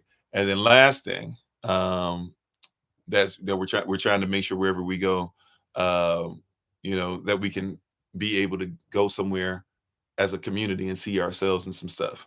So we're not sure exactly where we're going to be, but it looks like it might be somewhere southeast United States of America. It won't be too cold because it'll be September, right? So we'll be fine. And we'll have stuff set up. We're even gonna look at making sure that we tell you guys some stuff that you can do as far as kits. So when you use, because there'll probably be some communal stuff like communal showers and things. So we'll have people that will actually work on cleaning that stuff up for you. But also we'll have everybody that'll have their own cleaning kits. Just give you a heads up. You might want to start looking at having cleaning kits with you, having everything not only in a bag, but also having some things that you can use to clean up after yourself or clean up before yourself to make sure you feel comfortable around some of the stuff you're using as well. So we're going to make sure that a lot of those things are put in place. So we're just putting that out there ahead of time. So if you want to save up, if you want to make sure people could talk about the holy days all the time, well, Passover is coming up April 5th. The week after that's going to be Feast of Unleavened Bread. 50 days after Passover, count on your calendar. 50 days after Passover, 50 days after April 5th, that's going to be Pentecost, right? And we're going into Day of Atonement and Convocation and Feast of, what we just said, the Feast of Tabernacles, things like that. So if you like to be part of it, you can always reach out to us. Let us know. If you're on YouTube, if you're on Facebook, feel free to go ahead and just look in the description box on how you can get in connection with us, or hit us up on Messenger if you'd like to. If you're on Facebook, if you're on YouTube, just look in the description, get back in touch with us ASAP, or even not on a live video, but after we cut off the live, feel free to go ahead and look at another video that might be on already that's not going live, and make sure that you type in your just type in an email or something. We can get back to you ASAP. But all our information is in the description. If you're on Facebook or YouTube, if you're on TikTok, you can always go to our main TikTok channel, click on the link tree. As soon as you do that, it'll give you, our website, Kofi-Ofori.com. You can go there for more information on how to get in contact with us, or you can try to DM us as well. DMing us, although I do a lot through DMs, I get so many of them I can't keep up. So it's probably better to just text us or email us or something like that. And about 95% of the time right now, it'll be me getting back to you. But thank you all. We appreciate you. We're going to get ready to go ahead and close out, do our shout out. Thank you all for being on. We really appreciate you. As always, we give all praise and honor to the Most High, Yahweh Elohim. We ask that you study this word and meditate on it so you can be doers and hearers simultaneously. Don't be somebody that just heard this and believes whatever I say just because. Don't be somebody that hears this and doesn't believe me just because you don't like the messenger or whatever. Like, put this into action for yourself based off of the actual mindset of what's being put out, and then see what it means to you once you start to live this thing yourself. But yeah, we thank you guys. We honor you. We honor your time. We're appreciative of you spending time with us today. And we thank you guys for doing so. We'll have stuff. We're going to do our shout out in a second if you're on TikTok. So we hope that you guys are excited about that and kind of tune in for that. But that's all I really have. Once again, check out my wife, the Honorable Maya, on TikTok, YouTube, her website, and Pinterest at Bloom and Flourish, not A-N-D, the letter N, Bloom and Flourish. She is a healer, herbalist, chemist, and biologist by degree. And we thank you guys in advance for supporting her business. Her business is making sure that the health of the diaspora is her business. And yeah, thank you. Don't forget your affirmations. Romans 8:1, don't condemn yourself. Romans 8:11, you are eternal. Romans 8:18, Romans 8:18, your suffering is not for nothing. Romans 8:19, people are waiting on you to manifest, so people are looking up to you. Romans 8:28, all things are working together for your benefit. And here's a bonus for you. Don't worry about people that try to conquer you, because you're more than a conqueror. All right. Thank you guys. We appreciate you. We honor you. Once again, if you'd like us to be able to reach out to you at some point, just let us know. But we appreciate you. We thank you again. We honor you. And we look forward to talking to you guys, if not tonight, at 8 p.m. Eastern New York time on Kofi_42. Then we look forward to talking to you right here again tomorrow at 8 a.m. Eastern New York time on Kofi_43. So thank you all again. We appreciate you. We honor the King and Queen, each and every one of you. And as always, this has been Pastor Kofi, Pastor Servant to Christ, where we are always changing lives one mind at a time, but being a voice of the voiceless and speaking the unspoken, until we have the great privilege, opportunity, and responsibility of being in front of you all again. Please remember, as always, Yashara'al, that you are loved, you are necessary, you are majestic, you are fearfully and wonderfully made, and you, which is all of us working together, will be the reason why people who are in this system no longer have to be of it. Shalom, family. Thank you for being on. If you are on TikTok, we're about to do our shout out. This is how the shout out goes. The music's going to start playing.